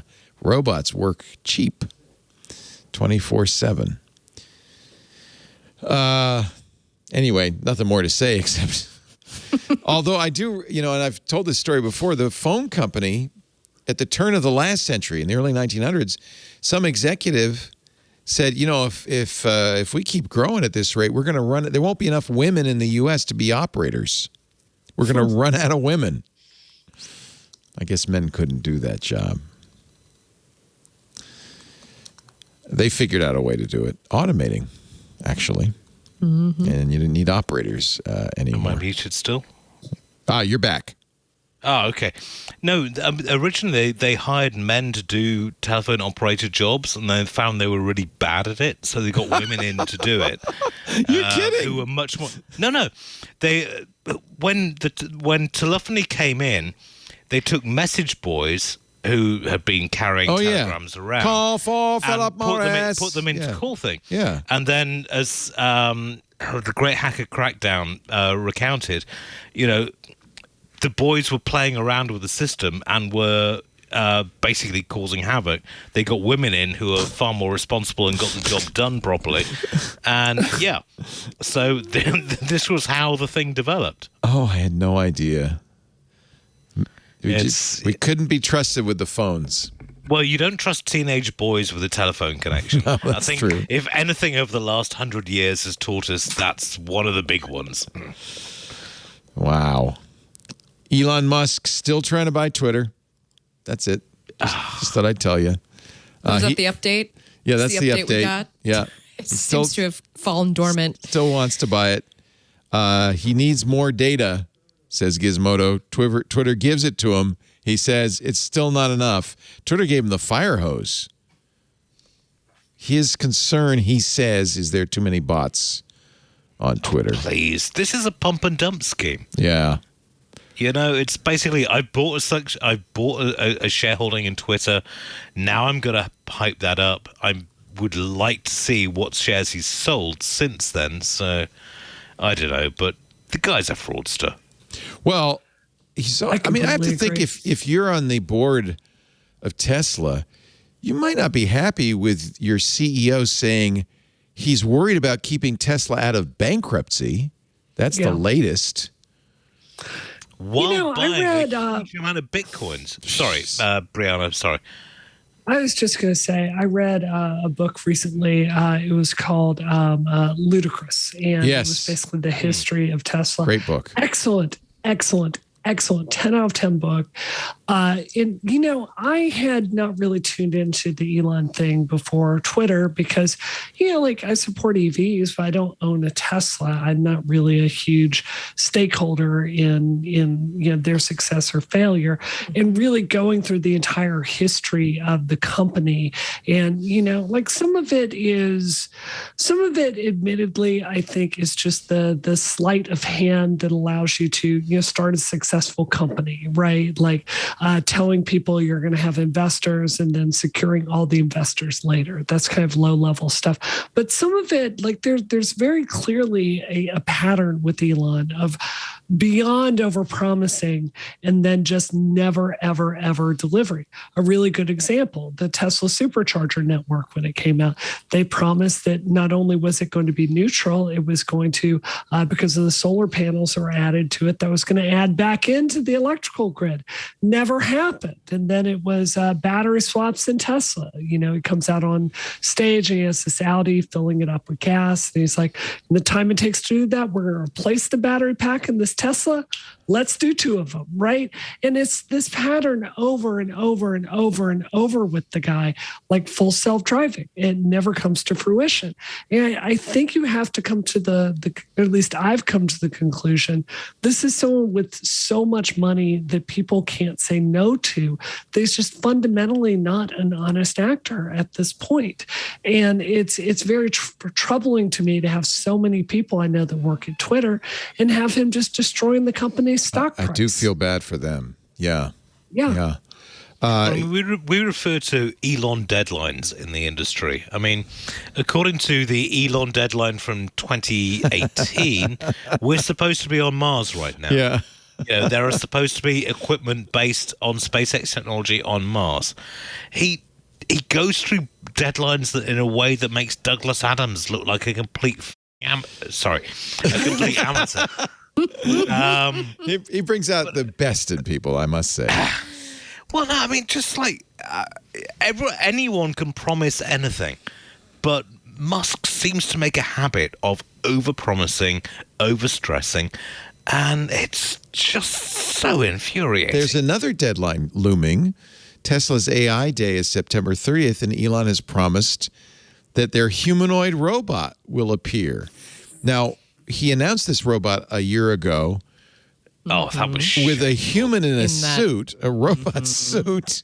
He says the Tesla bot will be designed to handle dangerous and boring tasks in a factory. He also sees the humanoid as a companion down the road. I think Elon reads a little too much science fiction. But I mean, DARPA has been working on this for 10 years. It's not with the easy. Atlas program. Yeah. And it's really, what about Boston really Dynamics? difficult. That's right. Yeah, exactly. For me, you know. Because, well, look at the Tesla Roadster. You know, if you have this, Tesla has this pattern. Well, they will, with a car that they're trying to bring to market, like the Tesla Roadster. They hand build a model, right, and then they start trying to put all the pieces together to actually ship it and get it to market. And you can cheat it in that way, but like, where's the Roadster? They promised that in what year was that? Was that 2018? Yeah. Like, it's a really long time ago that people that put down, what was it, a $10,000 deposit or something? Like, imagine if they'd actually put that money in the stock market. I don't believe Tesla is going to make headway on something Boston Dynamics, which is a huge factory here in Boston, like where they haven't been able to do that in like longer with the best people in the world doing it. I flat out don't believe it. Meanwhile, Twitter does continue to innovate, surprisingly. If I were a Twitter employee, I would be a little nervous. Maybe they've been working on this for a while. They've added something new called Notes. Remember, Twitter bought a newsletter service called Review, and I suspect this is their kind of version of Review. You can write a long piece, kind of a medium-length piece, and then tweet about it. It's not open to all yet, but it will be soon. It's called Twitter Notes. We're testing a way to write longer on Twitter. Is that a good thing? Yeah. Yeah, I'm really excited about this feature. I haven't activated. I have permission to do it, like the thing where you can have people pay you for content on Twitter. Like Substack, yeah. Right, exactly. And I think if you're marrying that with, with the ability to write long form pieces, this is something I'm 1,000% going to participate in because, Twitter, that's where my home is. That's where I know most. That's my biggest professional network. And if you are writing a blog post, of course, the first thing you do is you tweet it. Right. So why shouldn't the blog post live on Twitter then? 100%. Yeah. They've actually shown that on Substack, all the Substacks that are large happen because of basically Twitter controversies on your Substack. So why not just cut out the middle person and just have all the outrage on Twitter? Is there a risk, though, for Twitter of adding too many features, making it more and more complicated? I mean, what really got Twitter started was it was very simple, right? Yeah. I do miss the old Twitter newsfeed, but, it used to be that this was a fire hose of information that was coming down, and then they did the Facebook thing and, carved out certain areas. It's annoying as hell. Here is, let me pick, there's some, if you follow Twitter right on Twitter, you'll see some articles now. Here, I'll click one. This is a published note, a new way to write beyond 280 characters on Twitter. And it looks pretty nice. It still has the Twitter, it's wrapped on the left and the right with the Twitter menu and the trending and all that. You could put pictures in it. I think it's pretty cool. Yeah? So will you write on this, Brianna, you think?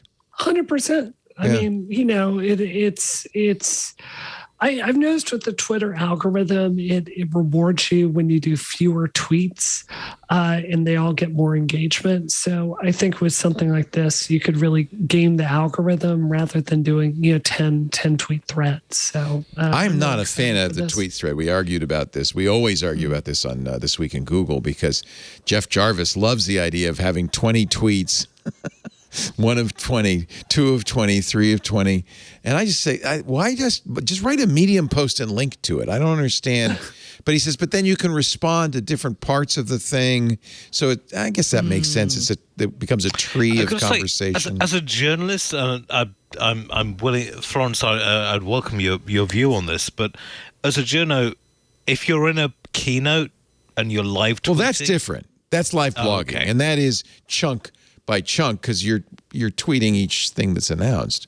But so many people write like think pieces as a 20-tweet storm, and maybe it's just me. I'm an old-fashioned guy. It can be hard to follow along. Not to mention that I pay for Twitter Blue, which I find to be worth $3 a month. Frankly, because I canceled my subscription. Really? Interesting. Oh, really? Yeah, really? So it's half and half. Florence and I both are Twitter Blue, happy Twitter Blue users. And you guys just canceled. I did it because I needed the countdown. The untweet this. Twitter, I need the untweet this. Yeah, you might want. No, that was really good. But I've got to say, I did it for a few months, and then when Elon announced you can pay for a blue tick, I was just kind of like, I'm getting out of here because I don't want people to think that I actually paid for this. No, but it's not that way yet, right? This is just something Elon wants to do. Man, I earned my verified badge. Yeah. Likewise, We had to get it the old-fashioned way, bribing somebody. Yeah, you had to have a legitimate job that that's right, yeah. verified. I didn't bribe anybody. You had to be a part of an organization. I participated in a... Sorry, Brandon. I was just going to say, I participated in a Twitter UI user group when they were trying to refine the Twitter Blue product feature in the early days because they were trying to figure out what people liked about it. And I'm not allowed, because I signed an NDA, to talk about it. But I can say the questions that they asked me did not give me a lot of confidence that the product is going to be moving in a better direction. So, when Elon announced he was... going to buy Twitter, I was like, I'm not giving this jerk store $5. He doesn't own it, though. He doesn't own it. I know. Now's the time to support it. Yes. Right? It is. I don't know. I just, when that came up, it was just kind of like, I don't even remember what I get for Twitter Blue. I just want to support Twitter. I no longer know what I'm getting. You get a paywall. I pay for certain publications, because journalism costs money. And I'm quite happy to do that. But when Twitter started just like, okay, well, you can pay for certain things and pay for certain privilege, hell with that. I'll pay to read. I won't pay to get, to be like aristocracy. Britain's done that. And look how well it worked in the US. I wouldn't mind being Sir Leo Laporte or your dukeship. I wouldn't mind that. Yeah, ask Prince Andrew how well that worked. Oh, yeah. Well, that's because that's hereditary. No, that's a hereditary problem. That's not. See, that's the hereditary titles that aren't good. I want to buy my title. No. You've got exactly the same problem in the US at the moment. I mean, everyone's just like, oh, well, Britain is so hereditary. Really? You had George Bush II, the idiot son of the president. Oh, yeah, we have our You've own got oligarchs. the Clinton administration. For sure. Yeah, you've got oligarchs all the way through the route. Yeah. And aristocracy is the death of society. We've learnt this over At least centuries. With the Queen, you get Paddington the Bear and tea.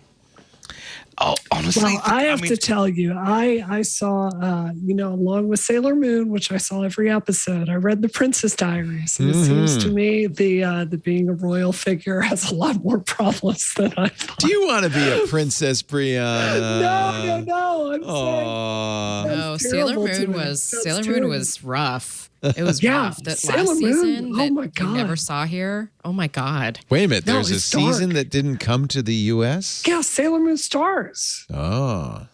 I don't know what they're talking about. Yeah, you can watch it now on Netflix because Viz redid it as Sailor Moon Crystal, but the original series it's not very was how we good. all got. Yeah. Was it grim?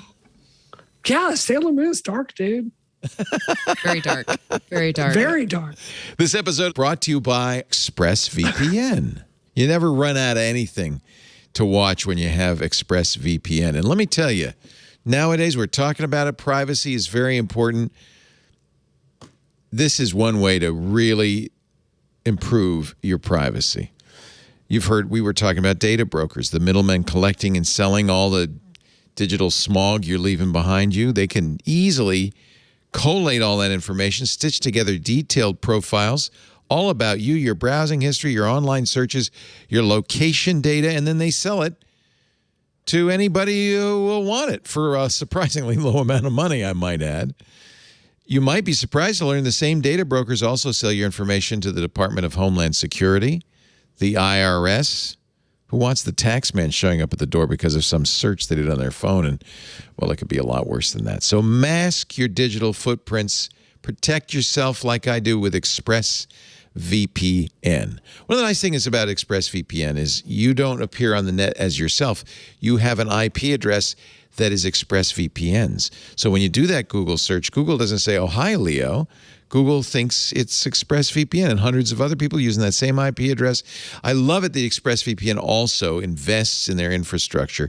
So they rotate IP addresses. So that's one of the reasons you can use ExpressVPN with things like the BBC iPlayer, which really try to stop you from doing that. It works. It still works. So get a unique IP address. Watch content anywhere you want. Stop big tech from tracking you. Protect yourself with an encrypted tunnel no matter where you are. I'm going to be traveling tomorrow, staying in a hotel all week.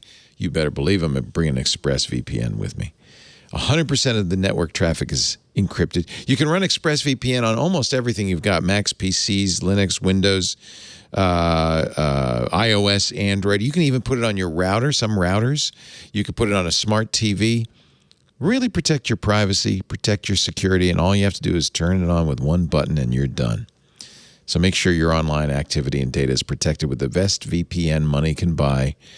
ExpressVPN.com/twit. Go there right now. You'll get 3 extra months free when you buy a 1-year package. That brings the price down about less $7 a month. That's a heck of a deal. EXPRESS, ExpressVPN.com/twit. And if you're at all curious, there was a great article on Bleeping Computer about how ExpressVPN works. They're so smart They use a custom Debian install that refreshes every time the computer reboots every single day, so nothing is saved on the hard drive. Their trusted server technology runs in RAM, can't write to the hard drive. You're completely anonymous on ExpressVPN. They're doing God's work. ExpressVPN.com/twit. Thank you, ExpressVPN, for your support. Prime Day, July 12th. Oh, boy. Oh, yeah, I forgot. Don't worry, you won't get to forget. You'll get plenty of reminders. National holiday. No. It's a national holiday. I don't know. I have never bought anything. Actually, I've never participated either. yeah, I feel like Me either. it's not going to be a deal. You know who I feel bad for is all those writers at Gizmodo who are going to be working on the 12th and the 13th, right? Looking for deals on Prime Day. Actually, that's not quite true, Leo. Prime Day had the Wirecutter does a special guide for Prime Day where they remember they were going to announce all the boycott. things. They boycotted last year. They went on strike. Remember? Yeah, and they won last that. It shows Thanksgiving. the power of unions. Did they win? They did win. They did win. But Did what they- I was going to say is they got a union? Yeah, they did. They did. Times Right on. Their union, 100%. Right on. But they brought out something, and they're like, Wirecutter would like to announce we do not recommend this thing that happens to be on sale right now, which is a cowboy hat for your dog. They're so wrong. They're so wrong. Rocket needs she needs a cowboy hat for your dog. I don't care how much it costs. It's Right. worth it. So I did fall to it in that one instance. So you have bought something on Prime Day, huh? I did. Mm-hmm. A cowboy hat for your dog. Is your dog's name Rocket? My dog's name is Rocket. Did Rocket, the podcast, come before Rocket the dog or vice versa? Yeah, I was gonna name my dog Optimus, and then we decided on the name Rocket. Like for Optimus our podcast. Prime? Yeah. Optimus. And then we named the podcast Rocket, and I was like, Rocket's a good name for a dog. That's Rocket's name. Rocky, Roro. Yeah. Rocket is a very good name for a dog, actually. Yeah. Now that you mention it. So I should Nobody steal my idea. I should give you a plug for your podcast at this point, which is named the same as her dog, Christina Warren, who's going to be on next week on Twit, Brianna Wu, Simone de Rochefort. Rocket, Accelerated Geek Conversation. Look at this. We're nearly at episode 400, Leo. Look at you. It's a great show. 400 You deserve it. episodes. You're a great show. We'll all I just think it's so rare, like women get to like have a voice in, everything that goes on. Yeah. We're one of the oldest shows on Relay, and like 400 quality episodes. Like Simone is awesome. That's amazing. Christina's great. It's all it's three a of you, but you got to fantastic put in a word with Simone. She doesn't return my calls anymore. I don't know if I said something. No. Because I we will have talk to you her on, about we have this. Christina on. I want Simone on as well. I love Simone. Simone I joke that she's from another planet. Like I've done 400 shows with her. I don't really understand her. So I just want her to do my ads. She does such a good job. Oh, she's great. I just want her. Simone, read this ad. I used to go on a radio show in San Francisco, KGO, hosted by a guy named Ron Owens. Every time I'd go in, do my little 15 minutes tech segment, he'd make me read the ads. It pissed me off. It was a scam, as it turned out. Google News has won in Spain. You may remember that the Spanish government wanted Google to pay for the snippets. This goes back to that whole snippet thing. After 8 years, Google shut down, saying we are not going to pay publishers to put their name in our search results. That's nuts. And when the government said you have to, anyway. yeah, they're going to steal a copy anyway. Spoken as a guy whose copy's probably getting stolen once in a while. No, I'm sorry. Our copy gets ripped off all the time. Yeah. And it's just like, yeah, okay. Well, we're just going to take this stuff and you're going to have to deal with it. But doesn't Google send you traffic? I mean, honestly, doesn't most of your traffic come from Google?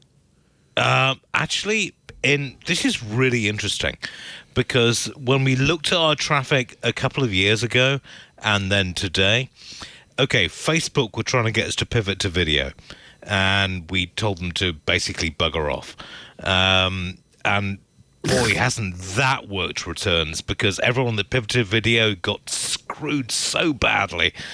We've had our problems with Google when we changed our from a .co.uk to .com, but I'm sorry, these people are absolute bastards. They go, you must do what you're told, and it's like, no thanks, we'll carry on as we are.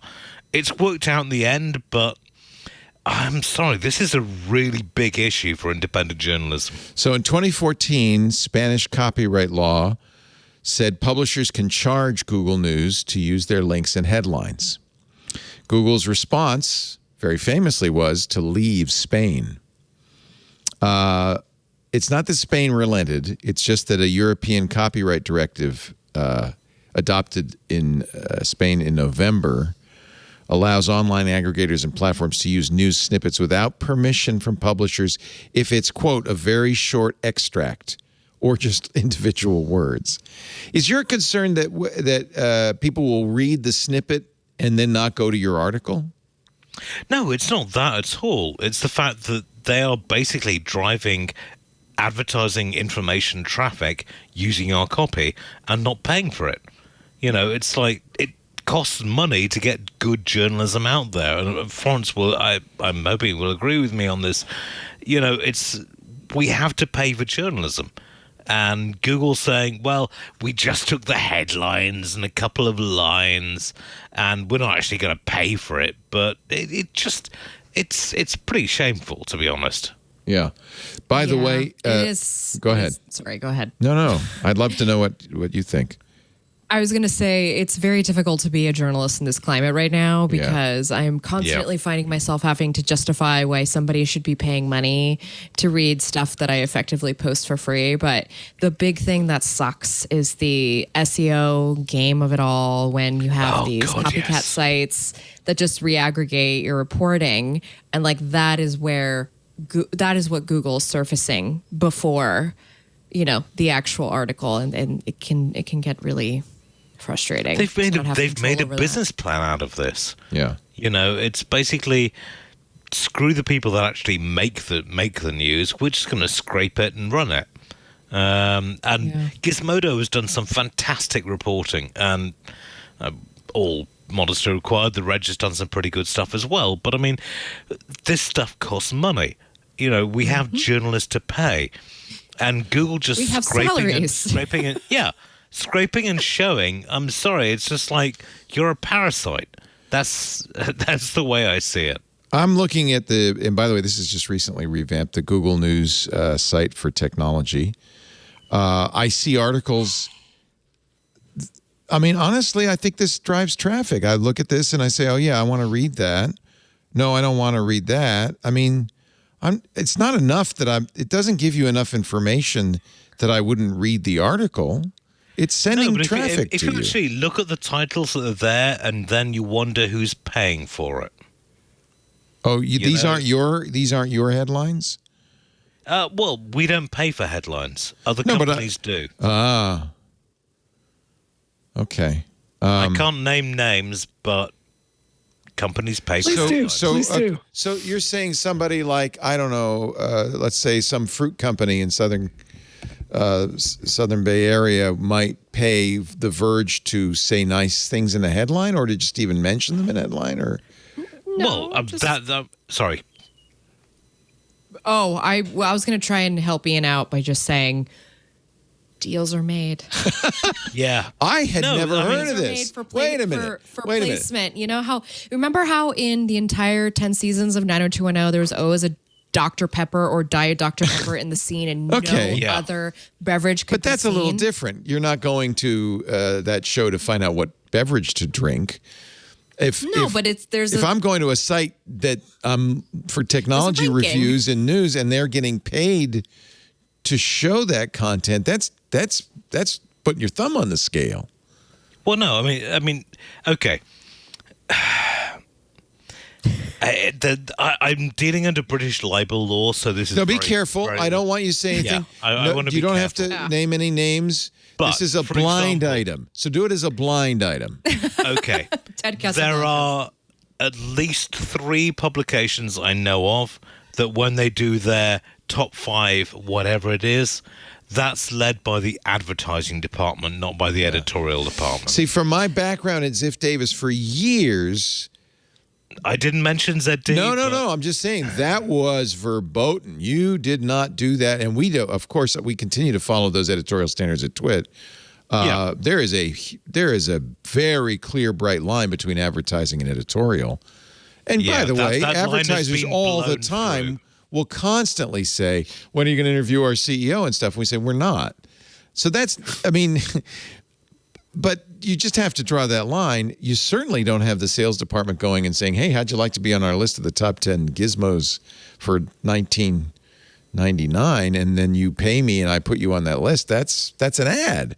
And then, by the way, the FTC, by law, you have to say sponsored or ad, and they're not doing that.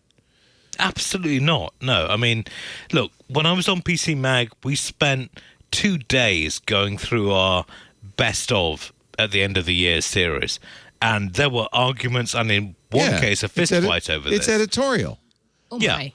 But at the moment, it's who pays. I miss the days when journalists would get into fist fights over. I've had more than a few, and they're great fun. But, really? All right. Oh God, yeah. But we're not going to name. We're not saying which companies, and we're not saying which publications. I'm not surprised in this day and age. Look at you go to YouTube. It's pretty clear if you watch any YouTube tech channel that there's something going on there. I know it's just who is playing the game the right way. Yeah. Who is playing the game? Who has the money for the resources? Who has the money for an SEO team? Who has the money for a team that will like jump in and all the, I'm disappointed. Content things that Google wants to add. It's like all of this stuff adds up to your overall ranking as an entity on the internet. And so I feel like, Andy, correct me where I'm wrong, but I feel like that's what kind of we're alluding to. No, but that's not a tit for tat. That's not, here's $1, you put me there. You're saying they're actually paying for it. Oh, they're absolutely paying for it.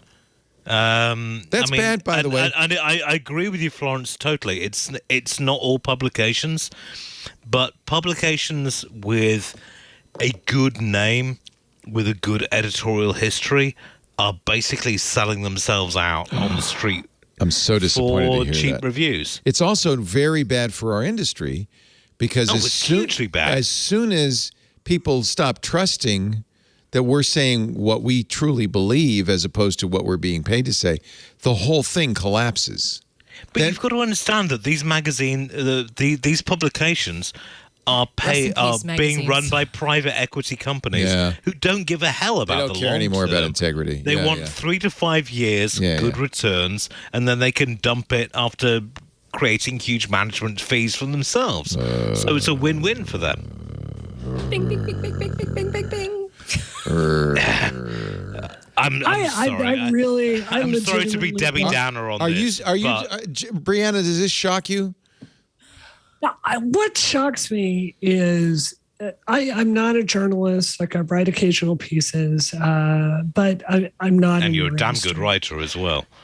I appreciate that. But I went to journalism school and I did investigative work. The biggest story I ever found was that the coaches of my school were being paid millions of dollars for classes that did not exist. I did it through like hardcore, like investigating the budget, going through interviewing people, following the money. I'm a hard, like this was something I could do, but I quickly came to the conclusion that it was not going to be an industry where I could have a Porsche collection if I kept on pursuing that field. And it just, the workplace is so abusive to every one of y'all, and you're being screwed over by everything involved, like the companies you work for, Google, the people that mistreat you and yell disproportionately at women nowadays. It's just a mystery to me why any of you stay in this field when it's so clearly underpaid and abusive. So I feel sorry for you. Thank you for your service, but we love it. It's a tough job, but we love it. Yeah. And the thing is, democracy dies without information, and tech democracy dies without information. And and I'm sure Florence has got the same. PR companies are all, oh, come and join us and the rest of it. There's an important job to be done. I have some standards. I would never work in PR. I have some standards. I did 3 years there. I launched ActiveX in the UK in 1996. ActiveX, Ian. I know. I still feel guilty about that one. Do you know how many times you were somebody uttered a curse word toward you because of ActiveX? Oh God, it was shaming. Installs. No. I mean, seriously, Wait a minute, Microsoft ActiveX? Yeah. No, I mean, I did 3 years in PR in the mid-90s. You promoted the use of Microsoft's ActiveX technology? Okay, this is a shameful admission. This is a shameful admission. At the same time, they gave me a non-disclosure agreement, which I didn't sign, and they forgot about it. Yeah. So here's the rub down. Okay. This was the IE3 years, where they were really going against Netflix. And can you get the bleep button ready? Because a senior Microsoft executive said our job was to Netflix so hard they would never come back to us. Netscape. Netflix didn't exist yet. Netflix, sorry. No, but you know what? I remember when IE3 came out and Microsoft was giving it away, Netscape was charging. It was very clear that it was all over for Netscape. In fact, it wasn't much longer before Netscape did have to go on. Well, no, I mean, they paid us to send out screenshots with gaming screenshots with IE rather than Netscape. Yeah. Basically, the idea was to bombard everyone, kill Netscape completely. IE is free. ActiveX is great. It's a really good security solution. I tried to explain to them that it wasn't a security nightmare. Are you kidding? Oh, no, exactly. Random code from the internet running on your machine with full privilege? No. That was a terrible idea. Right now. You've got to understand Microsoft was running scared because they'd completely missed internet. And then they were trying to come back and use their position to dominate. That's right. And this was the bad old days of Microsoft when they were bloodthirsty. They were Darth Vader. Darth Vader, absolutely. Honestly, they're still a bit bloodthirsty, but you guys are making me feel like I've had my eyes closed to all this stuff, and it sounds pretty corrupt and. Wow, I just want to reassure anybody who listens to any of our shows that we do not engage in any of those practices. For years, I've refused even to talk to PR people. We've always tried to be objective about everything we talk about. This is so depressing. Dude, Leo, you should start a game show. You should start a video game show where you were doing that and see how the video game industry handles PR. Because if you think the tech industry is bad, they will freeze you out from copies of the game. They will. It is the absolute worst. Well, and I always assumed that car magazines, for instance, probably were in the pockets. This is the problem when you're covering an industry. You have to have a relationship. It's the old beltway politics problem. Is you have to have a relationship with the people you're covering, and it pretty soon becomes difficult to be completely objective at all because you just you're friends with these people, and eventually maybe you're getting paid by them or sleeping with them or they're taking you out to dinner or whatever. It gets pretty incestuous. But I mean, this is the problem with Apple for so many years, in that there were the 12 disciples of Apple who were people who got AppleKit ahead of. It wasn't 12. It was 4. The iPhone went to Walt Mossberg, Ed Begg at USA Today, David Pogue at the New York Times, and who else? 4 men. 4 men, of course, men. Yeah. We wouldn't give it to women, but that's changed, by the way. Joanna Stern now gets plenty of Lauren love. Good, Lauren Good, plenty of love from myself. The big companies. You, that Florence Ion over at Gizmodo. I heard she just got a free HomePod. So for testing people. For temporary, and you're going to send it back. It doesn't belong to me. You're going to send it back. I had to sign a contract. That's a fine. In fact, that's appropriate. When I say I get something in, I had to sign a contract. Yes. I have to have a story plan. You cannot just get this. No, but that was always. In fact, I'm glad that you're covering Apple, because that was always my problem with Apple coverage. There are these people who are on the inside who gets, basically groomed by Apple. Walt Mossberg was groomed by Steve Jobs, and as a result was very friendly to Apple. And Apple's very good at doing that. And I never was on the inside in this Apple crowd. When you go to a Macworld Expo, I wasn't part of the party crowd. I got so much hate for calling Walt Mossberg an Apple whore. That was just the amount. I mean, I literally got a death threat from that one. Yeah, of course you did. I got into a fight with him too. No, I have a lot of respect for Walt. I think he's a great guy.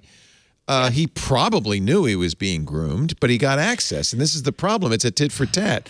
Now he's got access. He's talking with Steve Jobs. He's sitting down with him.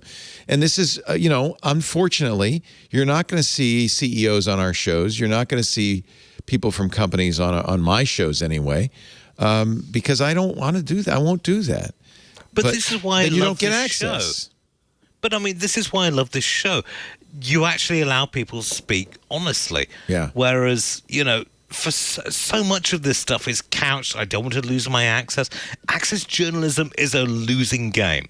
All you're giving them is the ability to put their particular opinion out there. And Gizmodo has done this better than many. Of course, I'm Reg, so, we argue. But, access journalism is just, it gives you nothing. Yeah. You just basically repeating PR and it's all happening all over again. In my opinion, on YouTube, and it's become very difficult to tell who's. Because it's it's happening there. It's also happening on TikTok, because I know a lot of people want to dismiss TikTok as just another social media, but it is essentially a YouTube. A lot of people go there to get information, right? And they use it as a resource. In some defense, your generation, most of the journalists of your generation didn't come from J school. They weren't schooled in this whole notion of separation of church and state and stuff. They literally don't know any better. They're just... Which is hard for me, because I did go to J school. You did. I did. I graduated from San Francisco State University's Very good journalism school. department. Yep. Mm-hmm. No, and that's the problem. Most YouTubers, they're just some guy or gal who... started to turn on a camera. And so if products are proffered to them, or free trips or any of that, they say yes. They don't know any different. So I don't blame them. Yeah, but also, somebody actually brought this up last night, because on TikTok, it's very hard being an influencer. And it's true, because it is a lot of work. And I'm thinking about all the work I had to do to become a journalist, all the jobs I had to have to be able to pay rent and go to school and get the internships. But there's privilege behind it. And sometimes getting this stuff, having access to this stuff, if it gets you in front of people, it's hard. I get it. It's a balance. Yeah. I got to kind of bring this back around to the beginning of the show. Something I think about a lot, and something I would love to get y'all's opinions on this as journalists. It really seems to me that in the since the Bush administration and the Iraq War, we've seen a dilution in the power of journalism to create outrage and change with the public. There's a lot out there for entertainment journalism, and I think tech journalism has done well, because you're ultimately buying a product based on that, or keeping up to date on culture. But I really can't figure out why journalism as an institution has so much less power than it had when, I remember an age where it was different. And I don't know if it's just the the changing of America where shame doesn't have the same function that it used to. I don't know if it's a problem with the institution itself, where there was so much horse race that, like really holding people accountable is less of what you do. But like, why is journalism not able to solve the many problems that we have in America the way it used to? And we so desperately need, right? Yeah. And there are a lot of reasons for it. Economic reasons, absolutely. Newspapers have failed all over the country. There is also the problem of this flooding the zone with BS.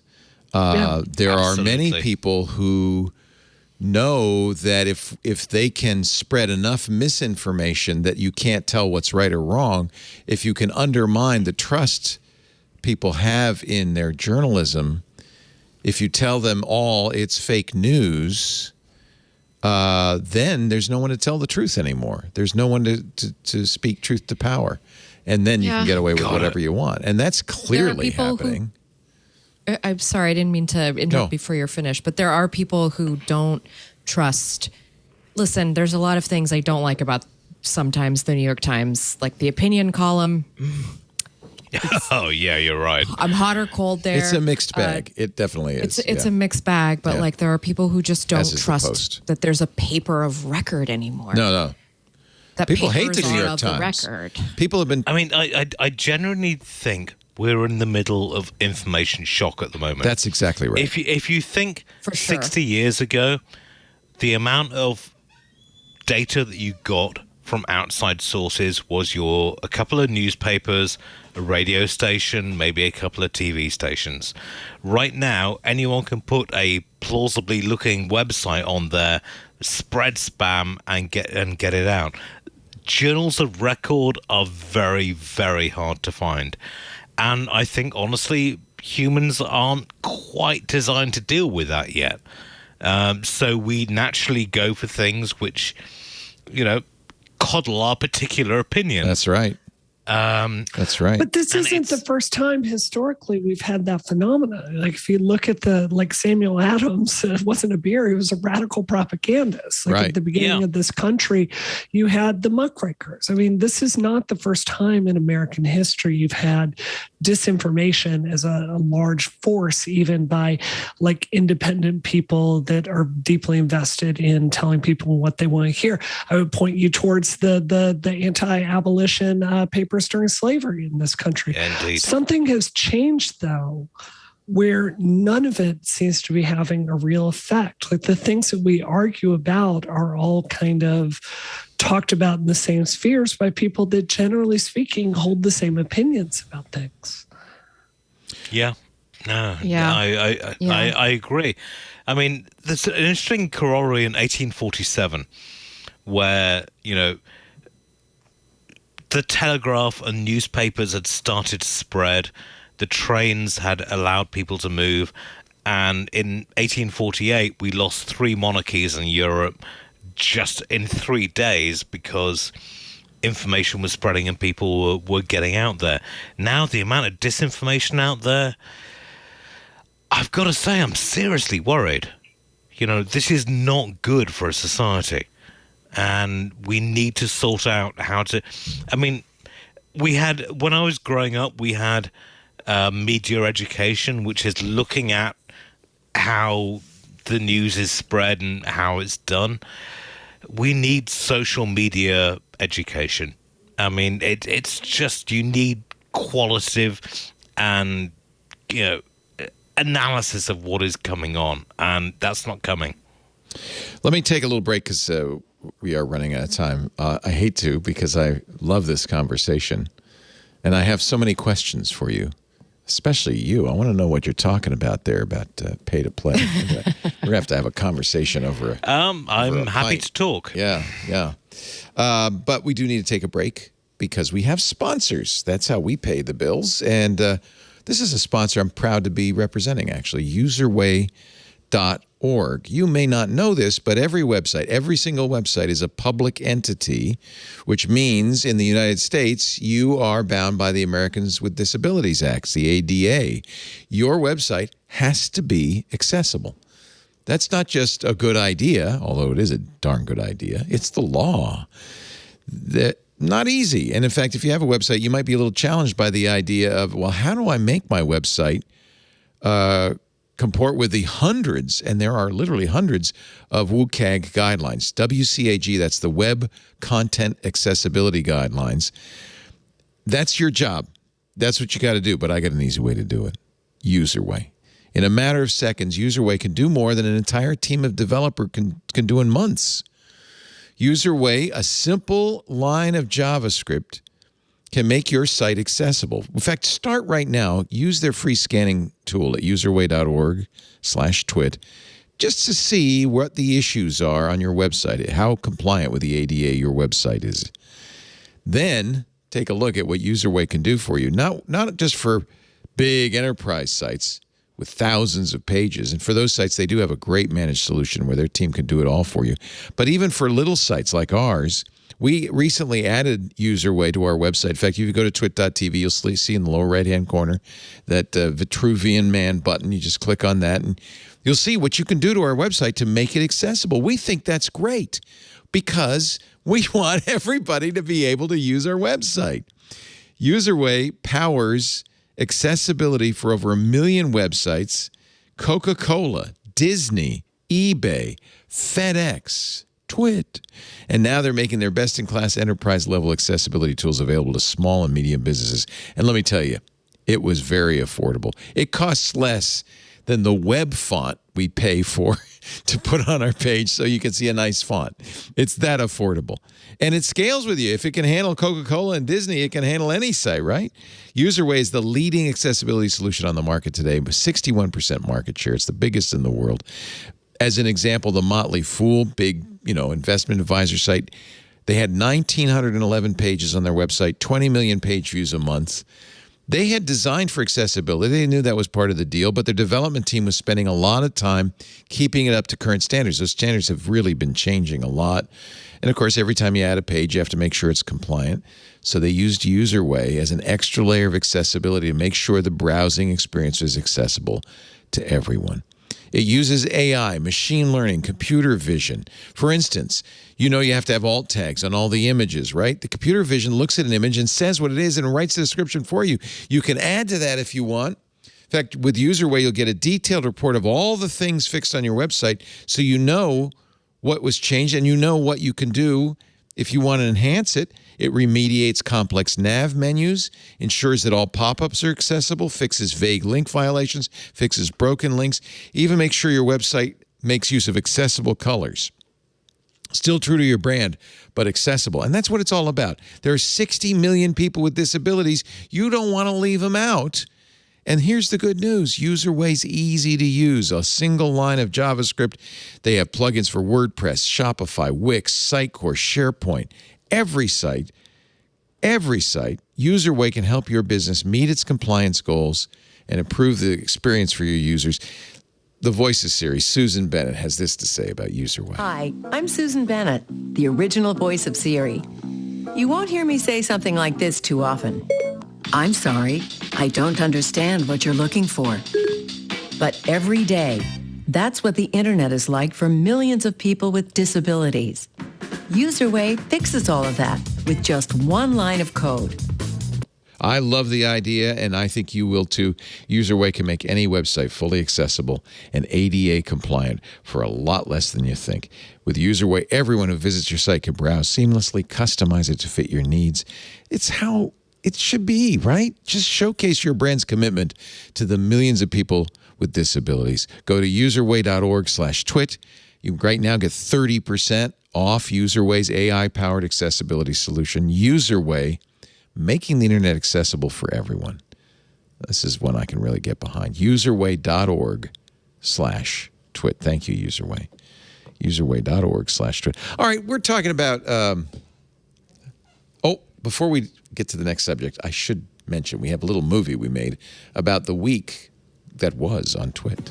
How often in a day do each of you use your smart speaker? Every day. It's the most expensive clock. Oh, I use it. I get in the bathroom, I play music, or I do my vocal warm-ups. I say... Wait. No, we got to hear you do vocal warm-ups. I need to hear this. Ready? We are starting with a hum. Mommy made me match my M&Ms. Previously on Twit. It is time to take a look at the Steam Deck from Valve. I got this and wanted to give it a real try to see if this could serve as my gaming PC. I've only got my Mac, and I wanted to see if this would work as that replacement. Security Now. Last Tuesday, Mozilla's headline read, Firefox rolls out total cookie protection by default to all users worldwide. Woo-hoo! I know. What's most shocking is that, it took us this long to get here. Mac Break Weekly. Those of us who have been using Macs since 1984 are very familiar with Claris, the cow dog. Claris, dog cow, please. Dog cow. Pardon me. Oh, God. Oh, Claris is back, baby, in the new macOS Ventura printer dialogue. I think it's kind of like someone got a facelift and you're like, ooh, you shouldn't have done that. You know, like it was, like it looks smoother, but it's like, you lost the character of who you are. Ooh, Twit. Technology isn't always pretty, but we are. Maybe you shouldn't have done that. It was a fun week on Twit. By the way, Club Twit members know that because Club Twit is where you go to have a good time. Ad-free versions of all of our shows, the fabulous Club Twit Discord, where you can not only chat about shows, but see shows that we don't put out. Things like our Untitled Linux show, the Giz Fizz, Stacy's Book Club, our Sci-Fi Book Club. Ooh, I got to see what book are we going to read next? I can't wait. I'm so excited. Plus events like members Fireside Chat coming up, Alex Lindsay and Ask Me Anything, July 14th. It's just great fun, and the Twit Plus feed makes it even better. And all of that, $7 a month. A couple of cups of coffee and you're in. Please, it helps us. It helps us. It's also join this thing is really weird. The home of animated GIFs. It helps us launch new shows. We're going to launch a new show with one of our favorite hosts soon. That will be great. And because new shows don't have advertisers, it's out of pocket. But with the help of Club Twit, we can do a lot more. So please go to twit.tv/clubtwit and join the fun.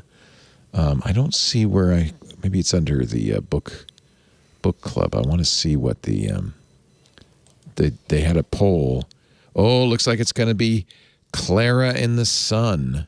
It was close, though. That was a close vote. Have you read that?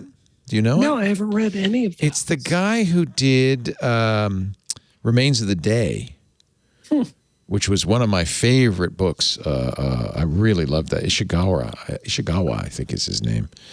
And sorry, Leo, I only read books about talking beer cans. That's space. Right. Stick with the talking beer cans. This is probably, This is sci-fi, though. Our book club is sci-fi. Clara and the Sun by Kazuo Ishiguro. That's right. Oh, wow. Oh, they're it's one about of my favorite AI. authors. Yes. Wow. And it's about how artificial intelligence might play a role in our futures, a poignant meditation on love and loneliness. And we picked last time it was Neil Stephenson's Termination Shock, and it was so long that Ant gave up. So this time we got a little bit shorter book. It's only 320 pages. Wait a minute. I was promised a short book. I love Neil Stephenson so much. But I do too. He just... he can't nail endings. No. And B, he just goes too far. The Termination Shock is a perfect example of that. Yeah. But I love his research. I learned stuff from him. I learned about meth alligators. I learned about the line of actual control between China and India.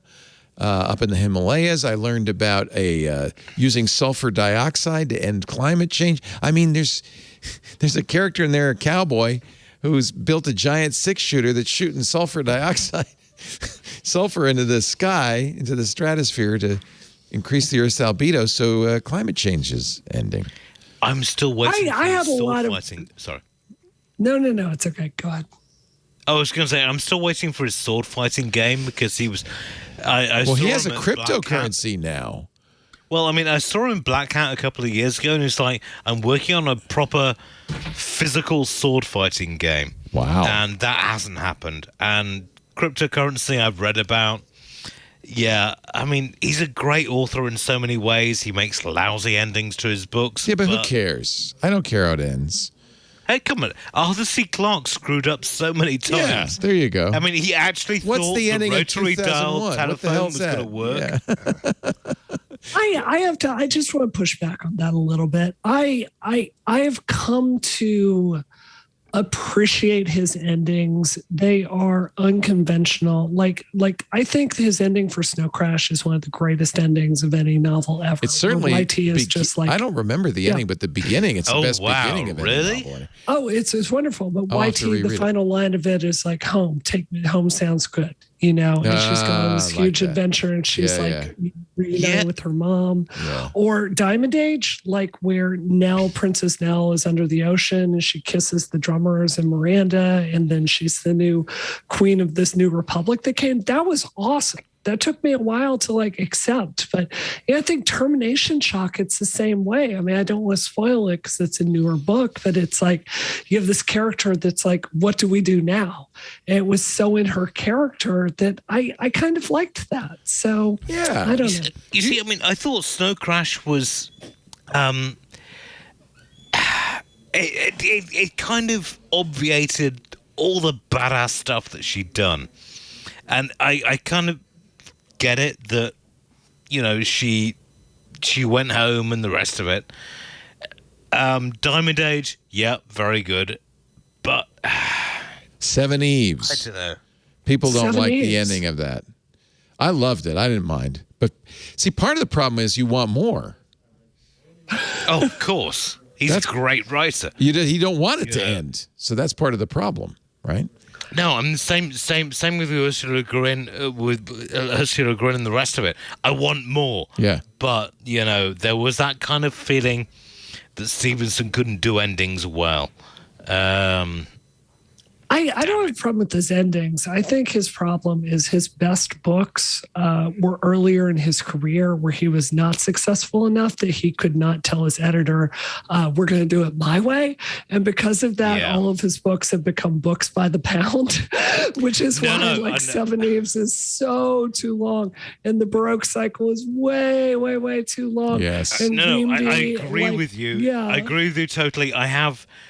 I'm not going to get up, but I have the first editions of the Baroque cycle down in that bookcase, and he's got Dickens syndrome.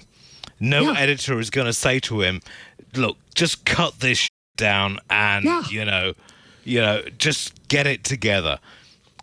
Dickens got paid by the word, so Dickens had a good excuse for it. Well, no, exactly. But, you know, I mean, I literally camped out outside a bookshop in London just to get the first editions of the Baroque cycle, and I was so disappointed. Yeah, I had high hopes for that too, and it was but you know what? It's like a lot of his books, the journey is, you have to really appreciate the journey. So the Baroque cycle, if you just don't feel like you're trying to get to the end or there's trying to be a story or anything, you're just there. It's just happening all around you. Oh, he screwed it in the second book. You know, the whole recovering from syphilis thing was.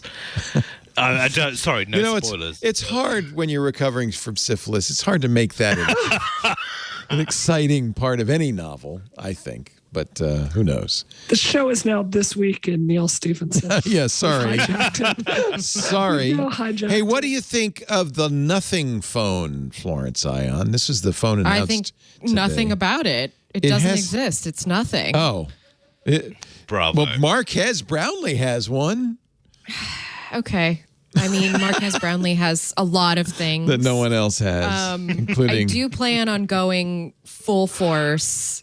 I feel like this is a good time for me to bring up that I'll be on All About Android this coming week. Are you going to show it off on All About Android? No, I don't have the phone, but I have a lot of opinions. Yes. This for some reason they put lights on the back, even though who doesn't put a case LEDs. on their phone, right? 900 LEDs? Wow. Mm-hmm. I mean, that's kind of cool. I guess I won't put a. So this Nothing phone, Carl Pei created Nothing out of nothing. No, not out of nothing. Didn't he buy Andy Rubin's Essential Let's also not forget what Andy Rubin, disgraced Andy Rubin. Yes, the disgraced Andy Rubin. Yes. And by the way, the Essential phone was a disgrace as well because I bought it and it never did anything. Never came out with any of those modules. I remember when you let us play with it for All About Android, and I remember just like, what's the I point? want to get excited about these phone releases, but it really is like a Samsung Google world in the Android realm, and a lot of what I'm seeing with the marketing around the Nothing phone reminds me. It just feels like deja vu, because I was there when OnePlus originally announced, and he was the founder of OnePlus, which has now been sucked back into the body cavity of Oppo. Oppo, parent company BBK, but at the same time, OnePlus is in carriers here in the United States, and the Nothing phone will not be. And in fact, they're not going to sell it here at all, are they? They're not going to sell it here at all. No, I mean you could technically buy it, I'm sure, and use it in the United States. Well, they say it's not fully supported in North America, which means you might be unhappy. Which they have to say. Right. So, yeah. All right. So I'm not impressed with it. It just it's good luck taking on the Apple Android duopoly. I mean, best of luck, but it just well, do we need another phone? I mean, we've got some good choices. We've got Google. We've got Samsung. We've got Apple. Do we need? I mean, we all want competition in the space. We just talked about, like at the beginning of the show, privacy policy and why that's important. And I think competition would be good. I just don't know how this space expands to really have competition at this point. Resources. Yeah. Which they don't have, which is why a lot of what we see that's new is just a reprised Android phone with a different skin on top of it. Even if it is like, this is our version of Android. It's like, well, it's still built on top of Google's Android, and it still has Google Play services, which means it's another Android phone. Yeah. Obviously as tech reporters, we want excitement and whizzy new things. Do people care? I mean, frankly, if you're looking at Android, all they care about is prices. No, right? People care hugely. Oh. And I've got to say, one of the things that really pissed me off about the move from Nexus to Pixel was they went from a stripped-down operating system to, we're going to tart this up like a 1998 MySpace page. They're going to stick all this stuff up there. But to be fair, Ian, the Pixel is a much better device than the Nexuses were in terms of what it can actually do. The cameras are much no, absolutely. Devices. I mean, the Nexus was a bog standard phone. It was developer phone. At the end of the day, what do you want from a phone? Do you want something that makes calls and allows you to access the internet? Or do you want all the hoopy features that are out there? I'm sorry, I just want a phone which is secure and which does the basic job. And I understand that's not entirely a popular view. But at the same time, Nexus was a great developer platform. Pixel, once they started tarting it up, I have no choice. Because it's about the assistant. It's not about Android. It's about the assistant. Have you seen the ecosystem. The hot new phone in For All Mankind? Oh, God. So this is Apple TV. Burn it with fire. This is Apple TV's revisionist show where the Soviets won the space race. They got to the moon first. It's actually kind of fun for that reason. I think it's in its third season now. And at one point, so it takes place in that era, in the 60s and 70s. And at one point, they're making a video call, and it's actually kind of clever. They took a Newton message pad, put a fake camera, which it never had, on top of it, although that's what it would have looked like if they'd made it. But it's embodied in there is that there's actually an iPhone inside so that it can actually make a video call. Isn't that hysterical? Right. I like it. It's like halfway between Apple shows. Yeah. What a surprise. It's half Newton, half iPhone 12 Pro Max. Palm handspring. With handspring expansion slot. Yeah. Oh, I miss handsprings so much. I mean, I loved my Palm 3X because you could plug it into a keyboard, and B, you had AAA batteries that you could put into the back of it. and it was great as a journalist. But have you gone back and actually tried to use one? Because I made the mistake of, so just full disclosure, if you ever read my physical handwriting, it is destroyed because of palm graffiti, because I write in palm graffiti. You write palm graffiti. Wow. I just used it for so many years when I was coming of age that that's how I write my T's. Yeah. That's how I write my E's, all of it. So I was very curious to go back and retry this because, when I was in college, like that palm tungsten C, I took all my notes on it. It was absolutely amazing. Don't do this. Leave those memories undisturbed. Those happy memories. Because it does not hold up, y'all. She writes in graffiti. That's seriously. Cool. I mean, I would sit. I was doing a lot of work with Nokia and Ericsson in Scandinavia, so I was sitting on a plane, writing using my keyboard with the Palm 3X plugged in, and everyone was just like, "What the hell is that?" It's just like, no, this is the way. This is the future.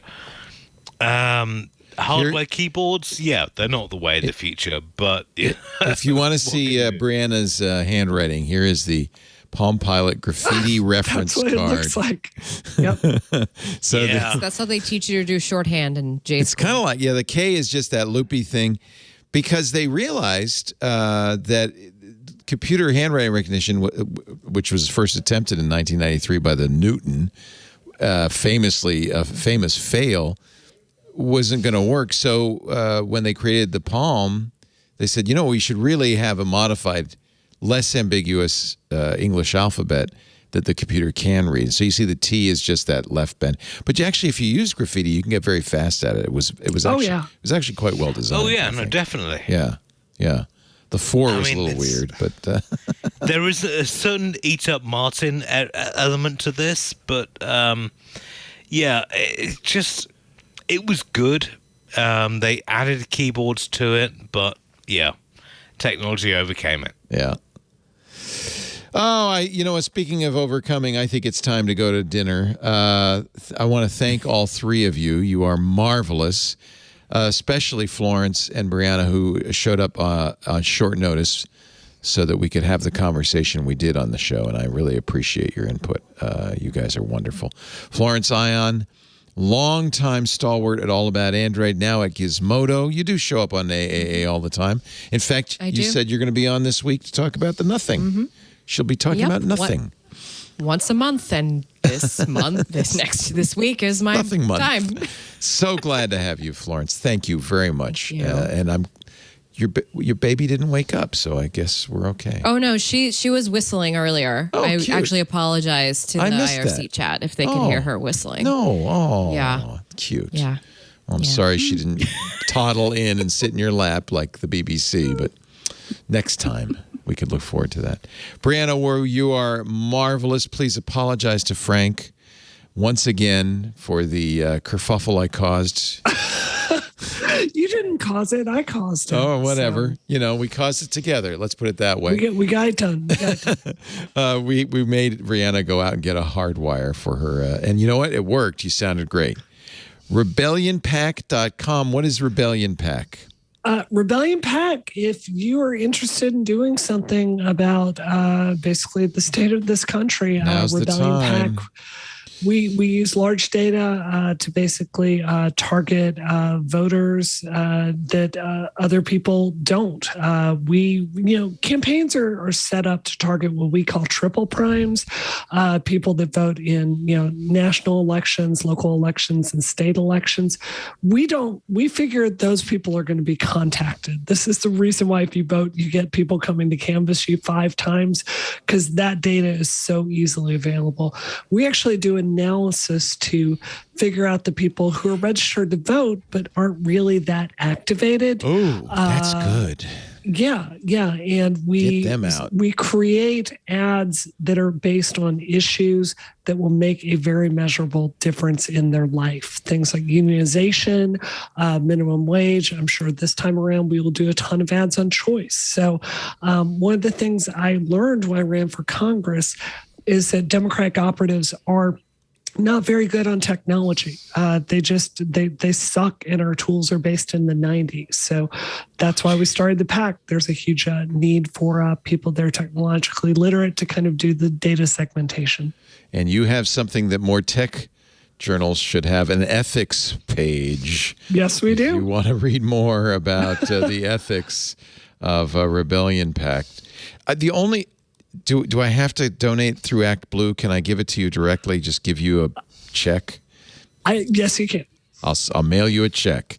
It's kind of old-fashioned, but that way you get it all. ActBlue's problems. I've had discussions with them about that. Yeah. So No, I mean I've used ActBlue, and that was how I donated in the last few cycles. But I feel like they take a big cut, and I'm not sure I really like the way the dark patterns they use on their site and things like that. So they're a Massachusetts company, and I'm always thankful for the help they've given us over the years. Yes. But they have some issues they need. They make to it easy. That's the good news. They do. Yeah. Their API is good. It's secure, but there are other problems. All right. Well, then I'll give to you through ActBlue. Why not? It makes it ease of access is a big part of this, I'm sure. Rebellionpact.com. Thanks for the work you're doing. We really appreciate it, Brianna.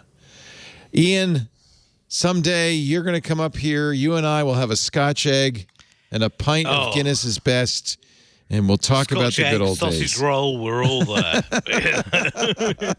Don't leave our fine country. Stay here and help us make it better. How about that?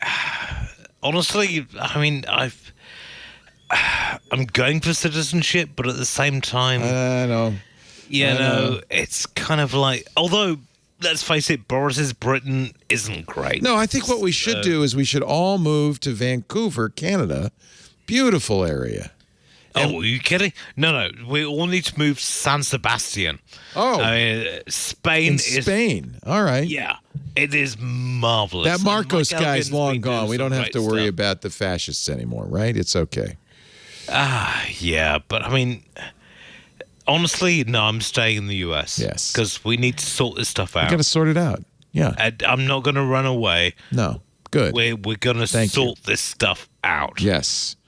And we need the British to help us. There's a phrase which hasn't been heard for 300 years. Yes. You'll be back. Wait and see. Just remember you belong to me. As long as you spell aluminium correctly, then, I'm spell fine it. I with can't that. even say it. All right. We do Twit every Sunday afternoon, about 2 Pacific, 5 p.m. Eastern, 2100 UTC. You can watch us do it live. Get all the swear words unbowdlerized at live.twit.tv. After the fact, am I supposed to be a wanker at this point? You didn't say wanker. You didn't say any cod swallop. You didn't say any of those funny British words that you people say. Try not to say anything bad. If you want an on-demand version, all the shows are available at twit.tv. Also on YouTube, there's video, and each show has its own dedicated channel. So just search for This Week in Tech. And then, of course, you can subscribe, audio or video available on your favorite podcatcher. We like to call it the first podcast of the week and your last word in tech, This Week in Tech. Now in its 18th year, making people hoppin' mad. Thank you for being here. We'll see you next time. Another Twit is in the can. Bloody hell. Doing the Twit.